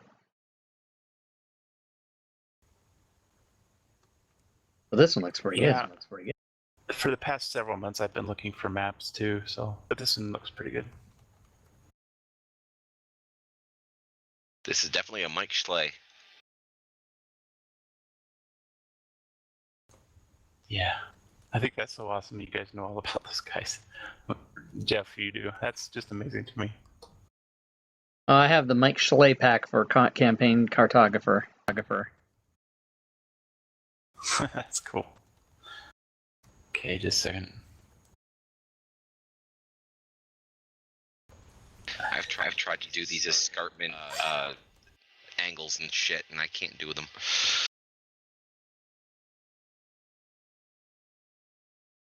Yeah, anything that's not just like 2D sky view is crazy. Okay. So he opens up the door and he lets you into the city. And first thing he says is, first of all, I need to know what your intentions are here. And this magistrate meets you personally, and he's standing there with you as inside the gate, and they close the doors so that nothing else can get inside. And he takes you into the gatehouse and into a private room and starts talking with you and wants to know what's going on, what your purpose is, and what your intentions are. Okay, before we get to that point, as they're opening the gate and we realize that we're going to be talking to somebody who's going to be important, to the players, can we all Rochambeau on who's going to be the speaker? Please do. Discuss it amongst yourselves. I use two hands and I throw Lizard and Spock. Dynamite. What? Some people get it, some people don't. Oh my gosh. No, but Thank you, Sheldon. Plaz will abstain. Plaz does not want to be the speaker. If you want, me or what's her face, Susie could do it. But I don't think people like drows, so that's why I always have to step in. I don't think they've seen one here. Yeah, she gets weird looks from everybody. She's just a really dark dusk elf as far as they're concerned. Yeah, that's true. Strange color. She's just strange. Color has nothing to do with it. She's just weird. It'd probably be me or you then, Rourke. That'd be the best speakers, probably. Well, I was thinking Osborne. Speaking of weird colors, I was thinking Osborne, who Isn't he still could blue? possibly be our speaker. I can But try. isn't he still blue? He's gonna be people be looking strange looks at a blue halfling. But they won't take their eyes off him. Well, if someone would memorize remove curse at some point, I'd We don't appreciate have a it. cleric. Only clerics know that spell. For Christ's sake. Okay. We discovered this in my game that there's only clerics that have that. Oh, I feel so bad. Don't feel bad. When the rogue decides to suck unicorn blood on purpose, that's his own fault. Oh my gosh. Yep. Well, anyways, my persuasion skill is actually quite high, so should it come to that. I know you're a very persuasive Smurf, so therefore, that's it. You're a persuasive Smurf. okay. So the room that you're in is heavily guarded. There are guards outside the doors, and there are 2 guards inside the doors. And this magistrate here demands to know why you're here, what your intentions are. So we decided on making Osborne the speaker for the group. Yes. Okay. Does everybody say yes to that? Osborne. Yep. How did the I don't remember the Rochambeau part, but anyways. You lost. you won by Let's give this a whirl. discussion. No. Anyways. And Thorin, you got your herbs added to your list, right? Yeah. Okay, thanks. Hey, what happens when you get 100 on that thing? Yeah, It's just the a rare herb. Magic It's just a herb, that's all. It's just the same thing as getting a 99, which I rolled. It's an extremely rare herb. No. right.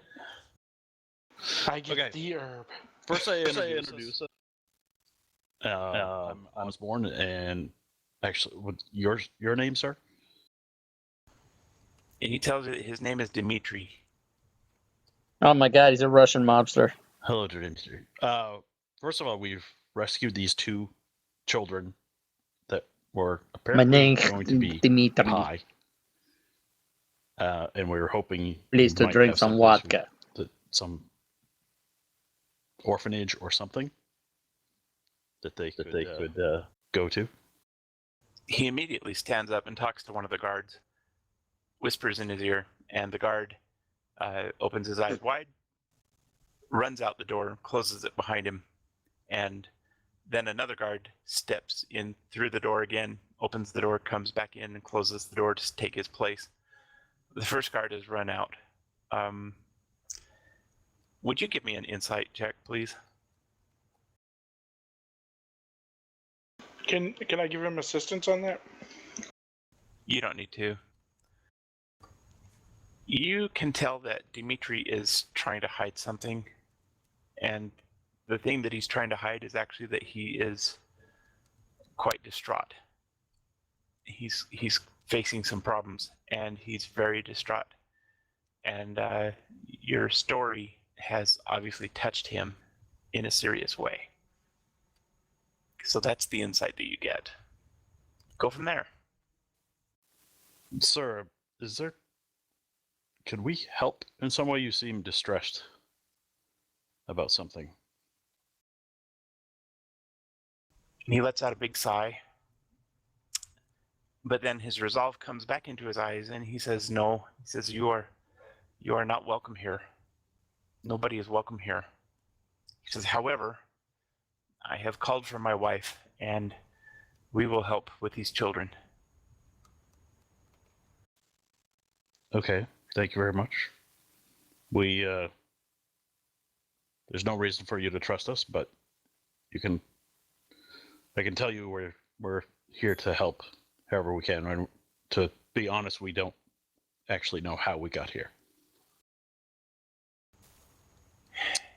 He explains to you that he has been in charge of this city for a long time. He is the burgomaster here. And he says that he places the safety of his village above the welfare of strangers. He's seen adventurers like you before, and he assumes that you are either Strahd's allies or his enemies. In either way, your presence spells trouble for Krezk. He's not prepared to shelter you. He's not prepared to shelter any of Strahd's enemies, any more than he's willing to humor Strahd's allies. If you would like to try to show how devoted you are, there is a way. Let us know. He is required, Dmitri explains that he's required by the oath of his office and his honor as a Barovian noble to show you some hospitality. And so he asks you, please, to go and secure a wagon load of wine from the Wizard of Wine's winery to the south. His people have been without wine for several days, and the next delivery is long overdue. And he would like to know if you would be willing to serve the town that way, and then he might be willing to talk to you more. I think we could probably do that. The only other thing is Irina and Ismark and I gotta go kind of out of character for this one. What were we hoping to do with Irina here? We're trying to drop them off here. Right. What was her... Has she actually been infected by Dumblenuts there? What? Dumble nuts. The vampire. Yeah, the vampire was apparently trying to make her one of his brides. He is convinced that she is the resurrection of his lost Tatiana. Which vampire? This is Strahd. Oh, I thought we were talking about the one that was in the basement. No. Sorry, I realize I'm probably even giving more information to you than you've discovered so far. But Well, we have MLOT devices for a while. I'm hoping she, talks in her sleep a little bit. yeah, Ooh. through all of the travel that you've made, I'm figuring, well, okay, so these guys have got to talk to you for a Hey, little bit. Senator and start opening Arcadia, up thanks about for the what they follow. know and Appreciate stuff. that. So, Yeah. that the Senator reason Arcadia, that now you'll get everybody's been worried about her is that you'll be Strahd had been trying to informed get at her when this and channel trying is to playing convince her to be his games wife. Now, he like this one. see how much Curse should I of tell you Strahd about days. it? He can't force her to join him, but she has been bitten a couple of times and has started the journey towards the darkness that is vampirism.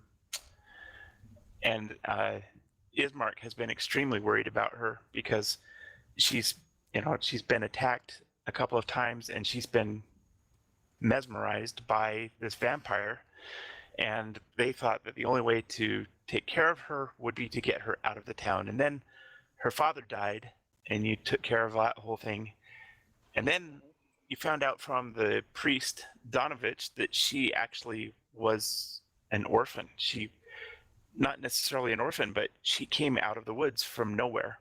Nobody knew where she came from, and that the burgomaster there had adopted her as his own child, and he had taken care of her. And she just learned about all this from Donovich when they were in the church.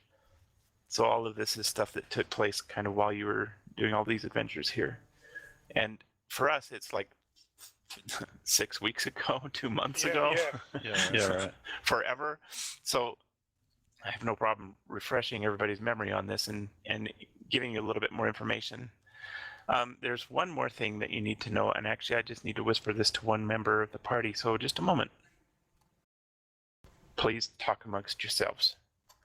Well, while he's doing that, how do I... It's going to be hard to convince this guy to take her on.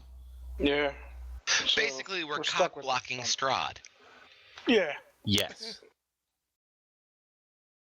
Oh, okay. Is there any way to figure out how to cure her? Remove curse. Of course, because we don't have a We cleric. need to have a priest. I think it's a little more advanced than that, though. I think the way to cure her is to kill him. Right now, I'm just trying to figure out what to say to the burgomaster here. I suppose we should probably go get him his damn wine. I guess if they're Yeah. liquored No, I up, they're understand gonna let that, us in. but I don't want to drag these two with us. And the kids. Well, no, the kids Well, are the staying kids here, are that's right. okay. Can't we just ask him to it's just going to take us a little bit to go get the wine and come back. Can they, watch the people House for us them. while we go do that? Yeah. They're the refugee children of the burgermeister from the other town. Mm-hmm. I don't know what that means. Truth. The truth will set us free.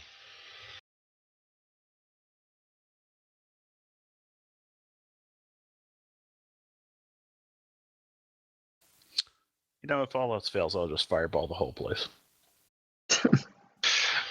You're gonna make Shanae very upset. She's been really wanting to burn shit down. Yeah, the flint and steel is cute. Worked on the ghost house. Another plot device to get us past 3 levels.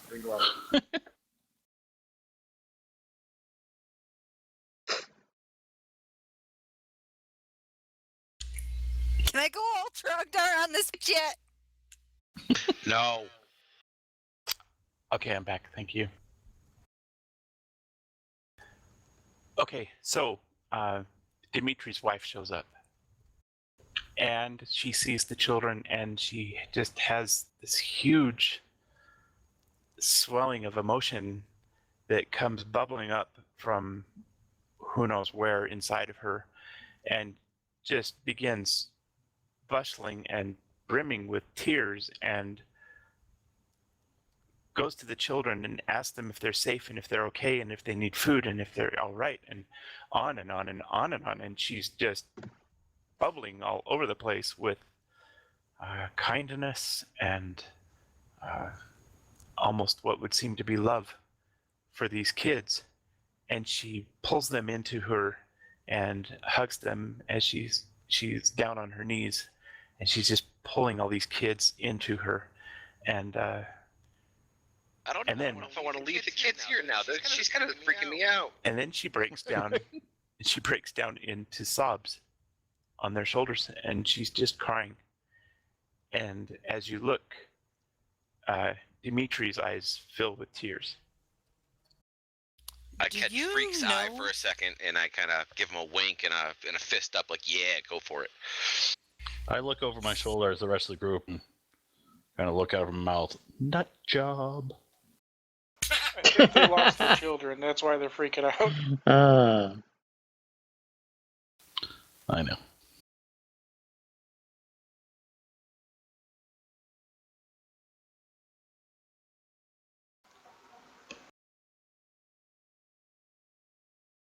I will say to them, Eldeth has blessed you with new children. So, Osborne, you're still the speaker of the house here. Sure. I asked if Irina and Ismark, also refugees, could stay here under their protection while we go retrieve the wine. Dimitri looks at his wife, and they apparently have a silent agreement among them. And he turns and he says, yes, he says, we can take them in. Thank you. You're welcome. And then he escorts you out to the wall, and the doors close behind you, and you are now on your own again in the... sorry. Before he does that, one more thing has to happen here. That was a little quick. Yep, sorry. Jumped the gun. Missed one little thing. I'm trying to work on whispers as well as trying to give the story. So Yeah, because I'm trying to keep up with the story too. just a second here.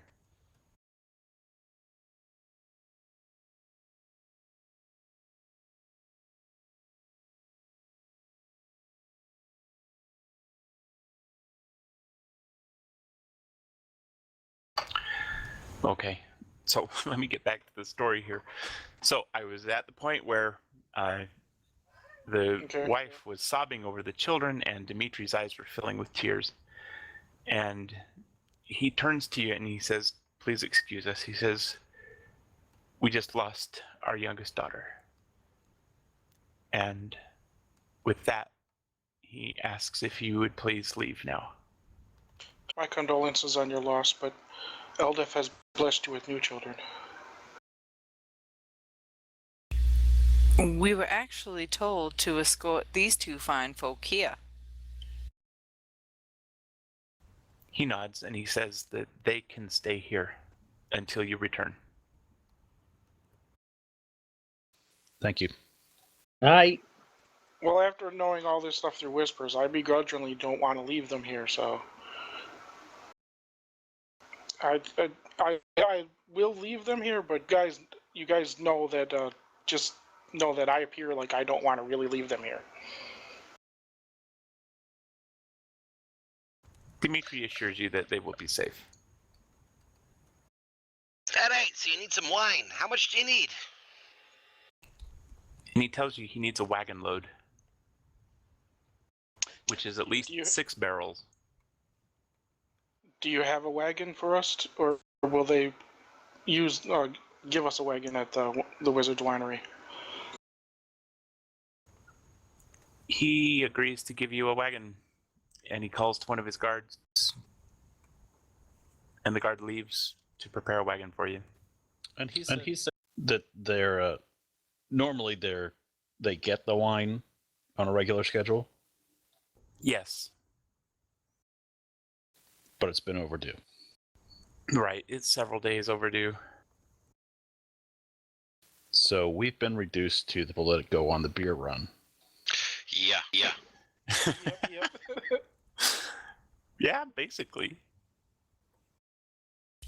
Burninate? More plot devices. We'll just see if for he gives us a Barovia. horse. No burning. D&D and designated driver. There you go. I thought D&D was drunken dwarfs. And Just so you Alright, guys alright, know, I always have Sleet Storm memorized now for her, just in case she starts fires. we got Broad Storm, all sorts of stuff going on, just because Susie likes to burn crap down. I hope she doesn't burn down the winery, man. The whole place is going to be without wine. She's turned into a pyromaniac. Okay. So the wagon arrives, and you are escorted to the gate. Is there anything else you would like to ask Dimitri before you leave? Any special kind of wine, or just the wine that they make? It's just the common wine that they make. They don't want the special wine. And I'm assuming this is coming out of our pocket. And he says, no, they have an agreement to bring us the wine shipment. You just need to go and get it. Make sure it gets here. When was the last time you had a wine shipment? It was 3 weeks ago, and they've run dry. And you've been locked behind your gates and waiting for random adventurers to come by to come get your beer. PD, plot device. He smiles at you and he says, we are self-sufficient here. We have everything that we need in this town to survive. Except wine. Except grapes. Except the wine. And he admits that they are deficient in getting wine, and they rely on it. They rely on the wizard of wines, the wine wizardry, wizardry wines. With my wine on my wizard and my wizard on my wine. Sustenance of wine. Yes. But it's more than that. They drink wine as water here. This is their common staple. That's what they drink. So. All right, well, it's time to use Susie's qual. Yep, birdie in the sky. This is awesome. All right, so picks up the wagon and all of us, flies us there, drops us off. Okay.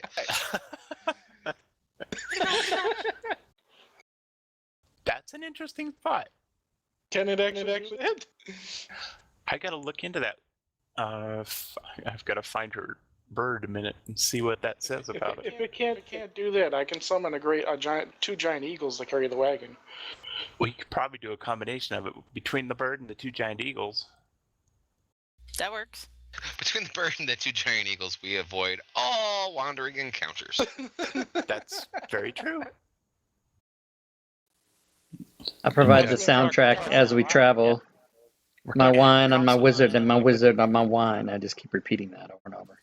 We're talking a distance of about 5 miles. Yeah, the birds can fly there in 5 miles. Okay. And some of the dungeons on the planet are all within 100 yards. Let's go for it. This sounds like fun. All right, so do your summoning. Can I get a horse or a pig? I won't be picky. I don't why. Yeah, maybe the dwarf is going to need to walk. I'll be happy to walk. I will be happy to let Strahd meet me on the road right now. You guys go. I'll go face him one-on-one. Okay. Dwarf, Remember? where is that dwarven courage I hear so much about? We have Chicken courage, shit. but we gain it from the mountains and from the bones of the earth. We don't get it from the winds of the sky. Rurik, Well- remember the last time you encountered a vampire solo? He's not going to be solo. I'm not getting in that thing.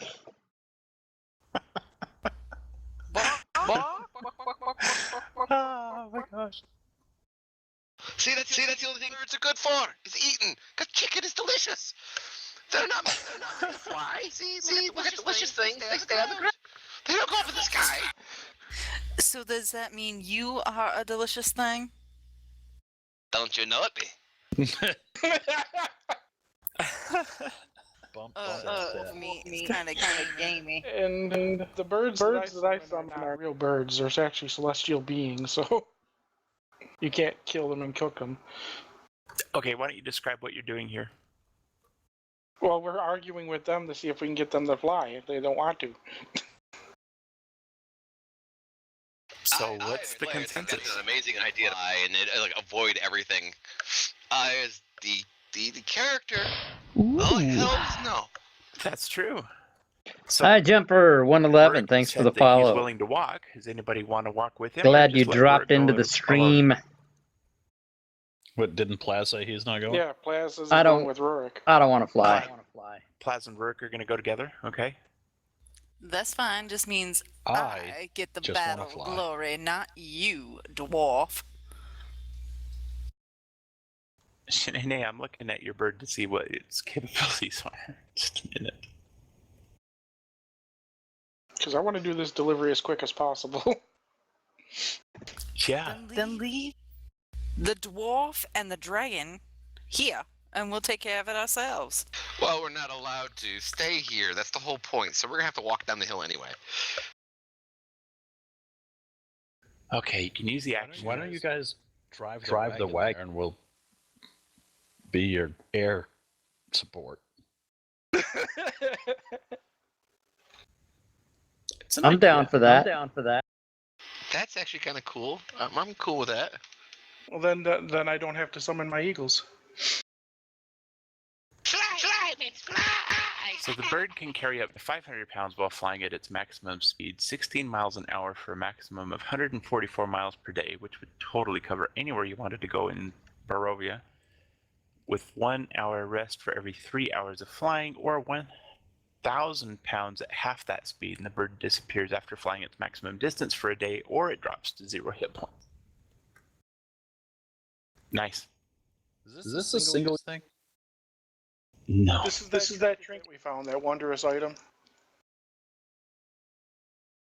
This is a daily action. I think. That's awesome. And I can summon 2 giant eagles twice a day. Yeah, you said that They already last for 60 1 hour. times. Well, either way, you're not. God, 500 that's annoying. Pounds, well, instead of maximum speed, but 500 pounds doesn't make up a wagon. Those are 1,000 pounds at least. Yeah, but I can summon 2 of them. Jesus Christ, look it up. The Eagles already.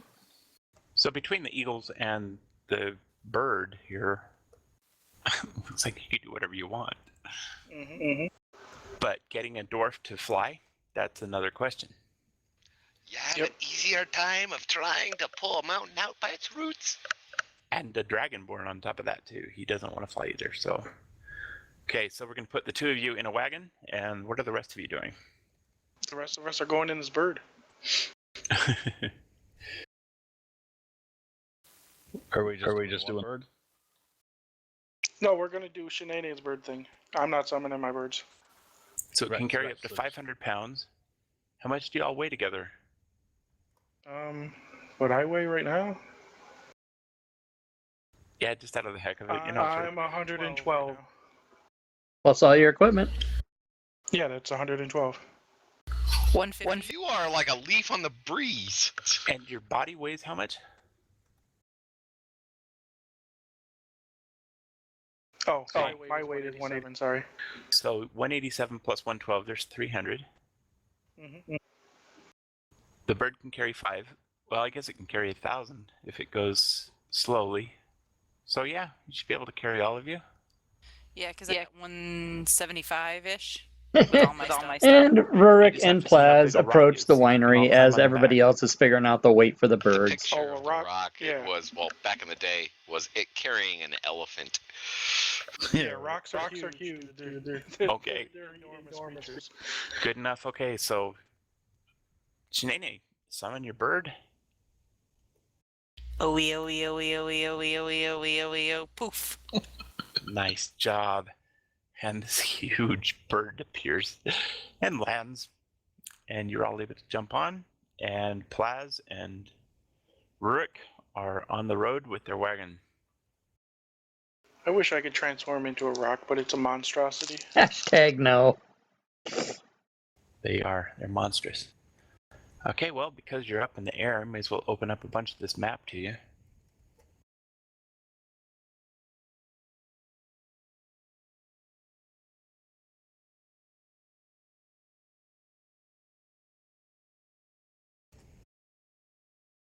I'm assuming you can see pretty much everything from the air, huh?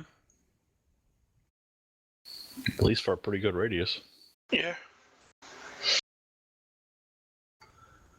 Okay, get ready. Here it comes. Get ready, everybody. That's another reason why I wanted to get up in the bird, so we can see even more of the map.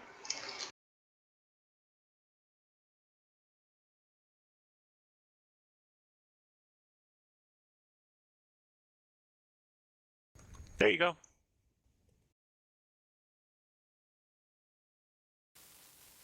Wow. Nice. So you start flying up in the air, and the wagon starts traveling. And Where's the wizards thing? the wizard's thing? It's to the south.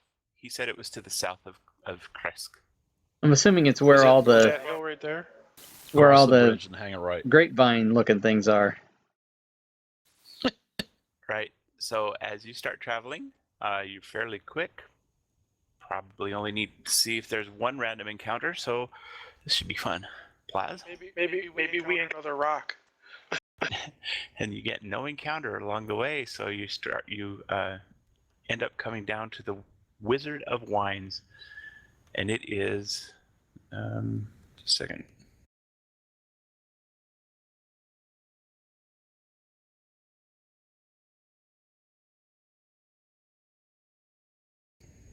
Right here. In just a moment, let me tell you what you see.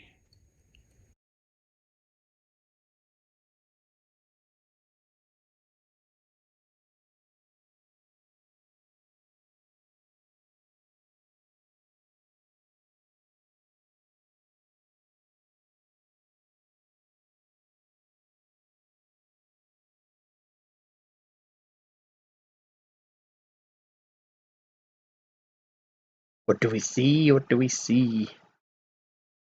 Okay, so the road becomes a muddy trail that meanders through the woods, descending gradually until the trees part, revealing mist-shrouded meadow. And the trail splits. One branch heads west into the valley, and the other heads south into the dark woods. A wooden signpost at the intersection points west, and it reads, Vineyard. It starts raining a little bit. Light drizzle begins to fall. Unpainted faces blindly follow the trail, which skirts north of a sprawling vineyard before it bends south towards a stately building. The fog takes on ghostly forms as it swirls between the neatly tended rows of grapevines. Here and there, you see a rope-handled half barrels used for hauling grapes. North of the trail, there is a large stand of trees, and there's a man wearing a dark cloak and a cowl, and he stands at the edge of the trees, and he beckons you over. Give us the wine, motherfucker! Hey kids, want some candy? I go over and speak to him. Wait, did we land? Are you jumping out of the bird, or are you gonna land this thing? Well, you I'll guys land this thing. You guys are still up in the air, and it's basically Plaz and Rurik who are seeing this guy beckoning to them. Okay, never mind. Well, Plaza's driving, so I guess he's gonna have to move us over there. Yeah, I'll move us over. Okay, so you pull the wagon over to the side of the road there, and you hop off and you go over there to talk to him? Yes. Okay. So this guy, he's fully cloaked, and as you walk over, several others that are similarly dressed emerge from the stand of trees, and they greet you. They have dark leather rain cloaks and cowls over their heads. And I say, good day, my good sir. We are here from the city of Krezk to pick up the wine delivery. We are here to retrieve 6 barrels in our wagon and be on our way as quickly as possible. And one of them, the first one that motioned to you, he tells you, he says, "My name is Davian Martikov." He says that he is the owner of the winery. He's a fairly old man. Surprising how old he looks. But he explains to you that he's the owner of the winery, and evil druids and blights have attacked the winery, and they have forced his family to take refuge in the woods. That sucks. At this point, are you going to somehow signal to the bird to land, or what are we doing here? I'll stand up on the wagon and wave my arms. Okay, so you get up on the wagon and you wave your arms. I instruct the bird to swoop down, pluck up Rurik, and take him for a ride. You can put it off! No, I'll land the bird. Okay, you land the bird next to the wagon.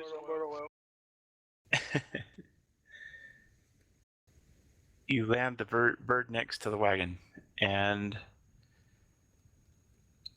you come and talk to this guy. Man, how you doing? Yep. Just a minute, I'm going to send you a picture. You said there was 2 guys there, right? Several. I'll be right back. He looks like a druid himself. So what'd they say again? That They said that evil druids were attacking. I guess Rourke is telling us because we couldn't hear from up in the sky. But Yeah, evil Looks druids like are Jafar attacking from blights. Aladdin. Yeah, kind of. I just want my lamp.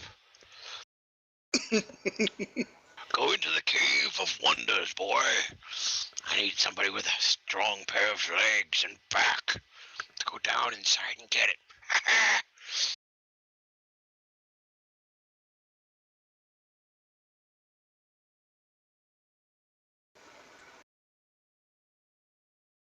so druids and blights have taken over? Yes. I wonder if these are the same druids as were when we were fighting that windmill, if they left those symbols on that stone. I don't really care. I know you don't, Dwarf. No. You don't seem to understand. Let's get the wine and get out of here. But in order to get the wine, we need to kill the blights and the druids. So, Yes. here's the plan. Shanae can set fire to everything. I don't want to kill the druids. I want to find out what is wrong with, because druids are not naturally Then evil. speak with their dead bodies. Turn them into a squirrel.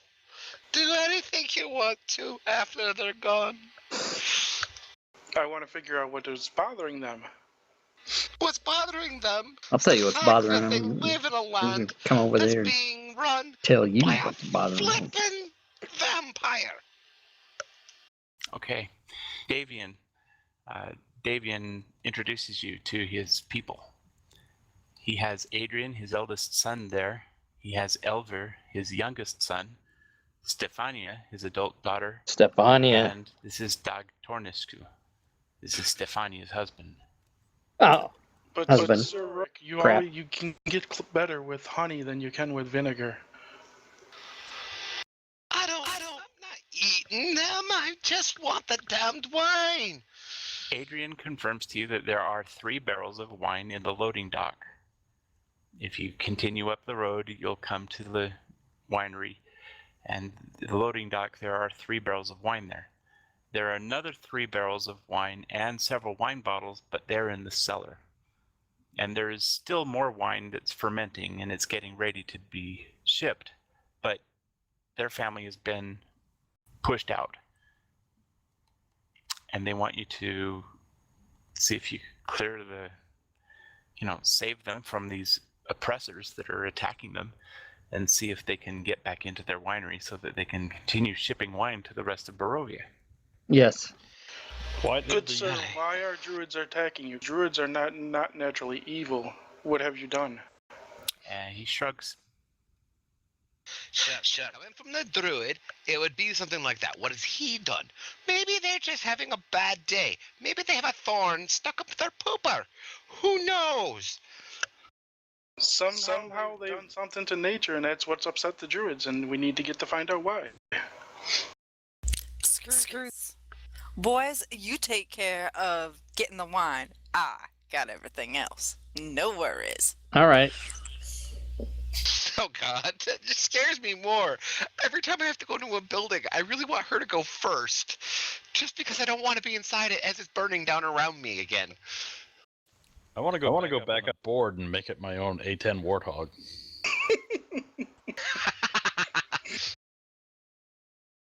So Plaz wants to get the wagon moving down to where the 3 barrels are. Yes, I agree with you. I will help you load those there. If something attacks us there, then I'm going to kill it. If it's a druid, then I'm sorry, Thorin. You can talk to it while I'm smacking him in the face with my axe. Okay, so all 5 of you are going together with the wagon? Click, tick, boom. Oh, I thought I was talking to this dude too while I was arguing with Rurik about the druids.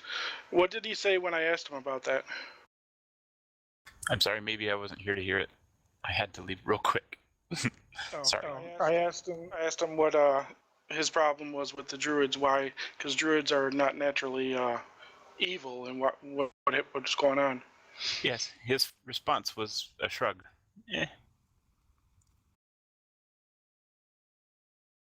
That's all you got from him was a shrug. Like it's not important. Attacked out of the blue. Thorin, look around. The attitude you got from him was like it really just wasn't that important. It was just, don't know. All right. Not so much that he doesn't know, but roll me an insight check. That he doesn't care. Roll me an insight check. It's not so much that he doesn't know, it's that he doesn't want to tell you.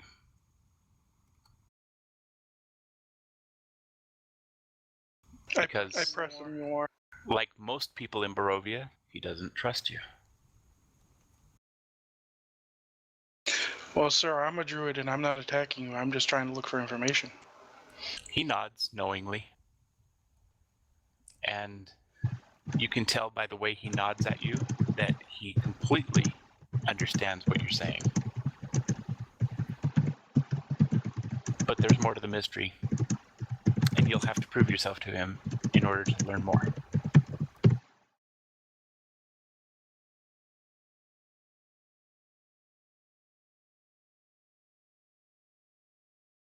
So, as you ride your wagon up the road towards the vineyard, towards the winery, sorry, you see an old 2-story stone building with multiple entrances. Thick ivy covers every wall, and iron fencing is all around the roofline. Feels bad, man. The trail ends in an open-looking dock on the ground floor. There's a wooden stable of more recent construction attached to the east side of the winery, next to the loading dock, and west of the winery there's a crumbling well and a wooden outhouse.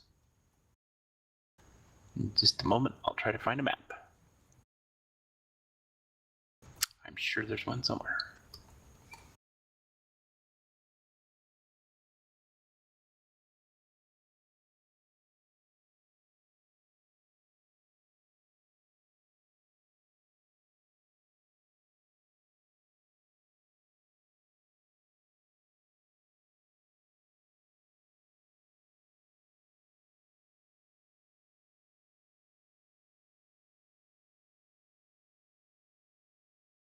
Okay, found it. Just a second.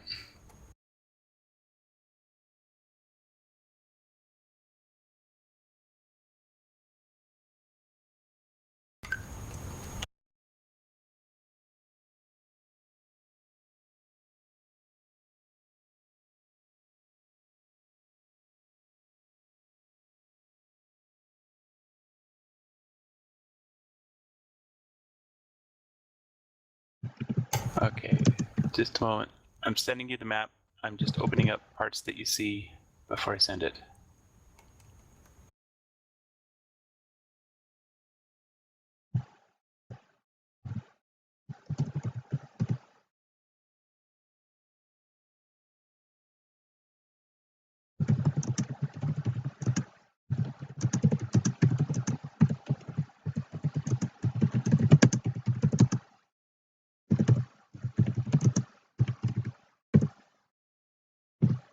Anticipation, right? And the grid is Anticipation. way off on this map. It's Oh well. making me wait. Someone else has to join arena, or it's not going to be one. Somebody else type.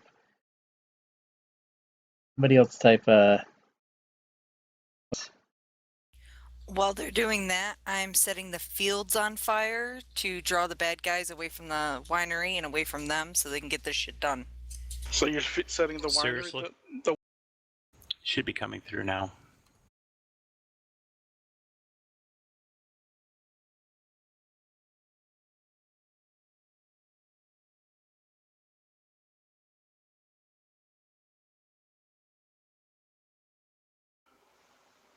All right, while they're gathering up the things, I'm just gonna sit down on the ground, look for a bird, a chipmunk, any kind of animal, and then start doing a speak with animals ritual and figure out what's wrong with the druids.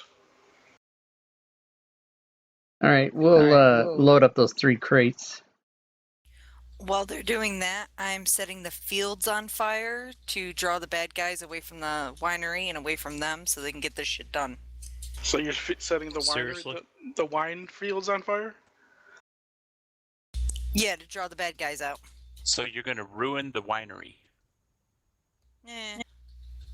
or the vineyards. You're ruining the vineyards. Is that what? They can intention? replant. Okay. You know how long it takes to grow a winery? Apparently not. I think the wizards attack you. Yep. You've just I just incurred the wrath of the cloaked people, and they come running out of the forest to stop you. I will follow Shanae around shooting frost, whatever, at anything she tries to light. Fine. Okay. Good, because I really didn't want to handle that battle as well. Okay. As you approach the winery, you hear the rustle of dead vines all around you, and inhuman shapes begin to emerge from the vineyard, their limbs cracking as they trudge forth through the mist and rain. Congratulations, you've just run into about 30 needle blights. And What? 3 people's not enough for an We'll arena? back What next kind of week. bullshit? Only They ran into 30. them. I'm That's talking not to bad. animals. Just 30 of them. You guys have already experienced these guys before. Mm-hmm. Can we have Shanae re-roll her character flaw? That's not her character flaw. That's Sue. Can we make it there, her character? Shanae, actually, I would like you to roll a d20 for me. Your turn to be a batty little win. We'll see what happens. Thank you.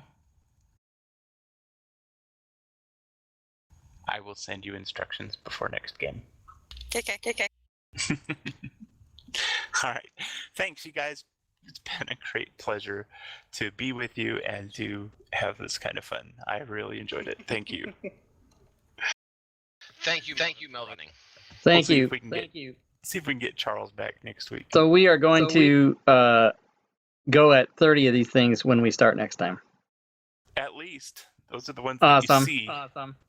Get out of the way. Yeah, they're really wimpy. They're easy to kill. We'll see. If you let them fields on fire. No, that's true. Now that could have helped with that, but you would also incur the wrath of the people who own the vineyard. At this point, I really can care less what these people of Barovia really care about. I just want to kill the damn vampire. Be done with these crazy people. All right. Well, you just keep thinking about that this week. We'll talk next week. All right, thanks everybody. Thanks, Have a you good guys.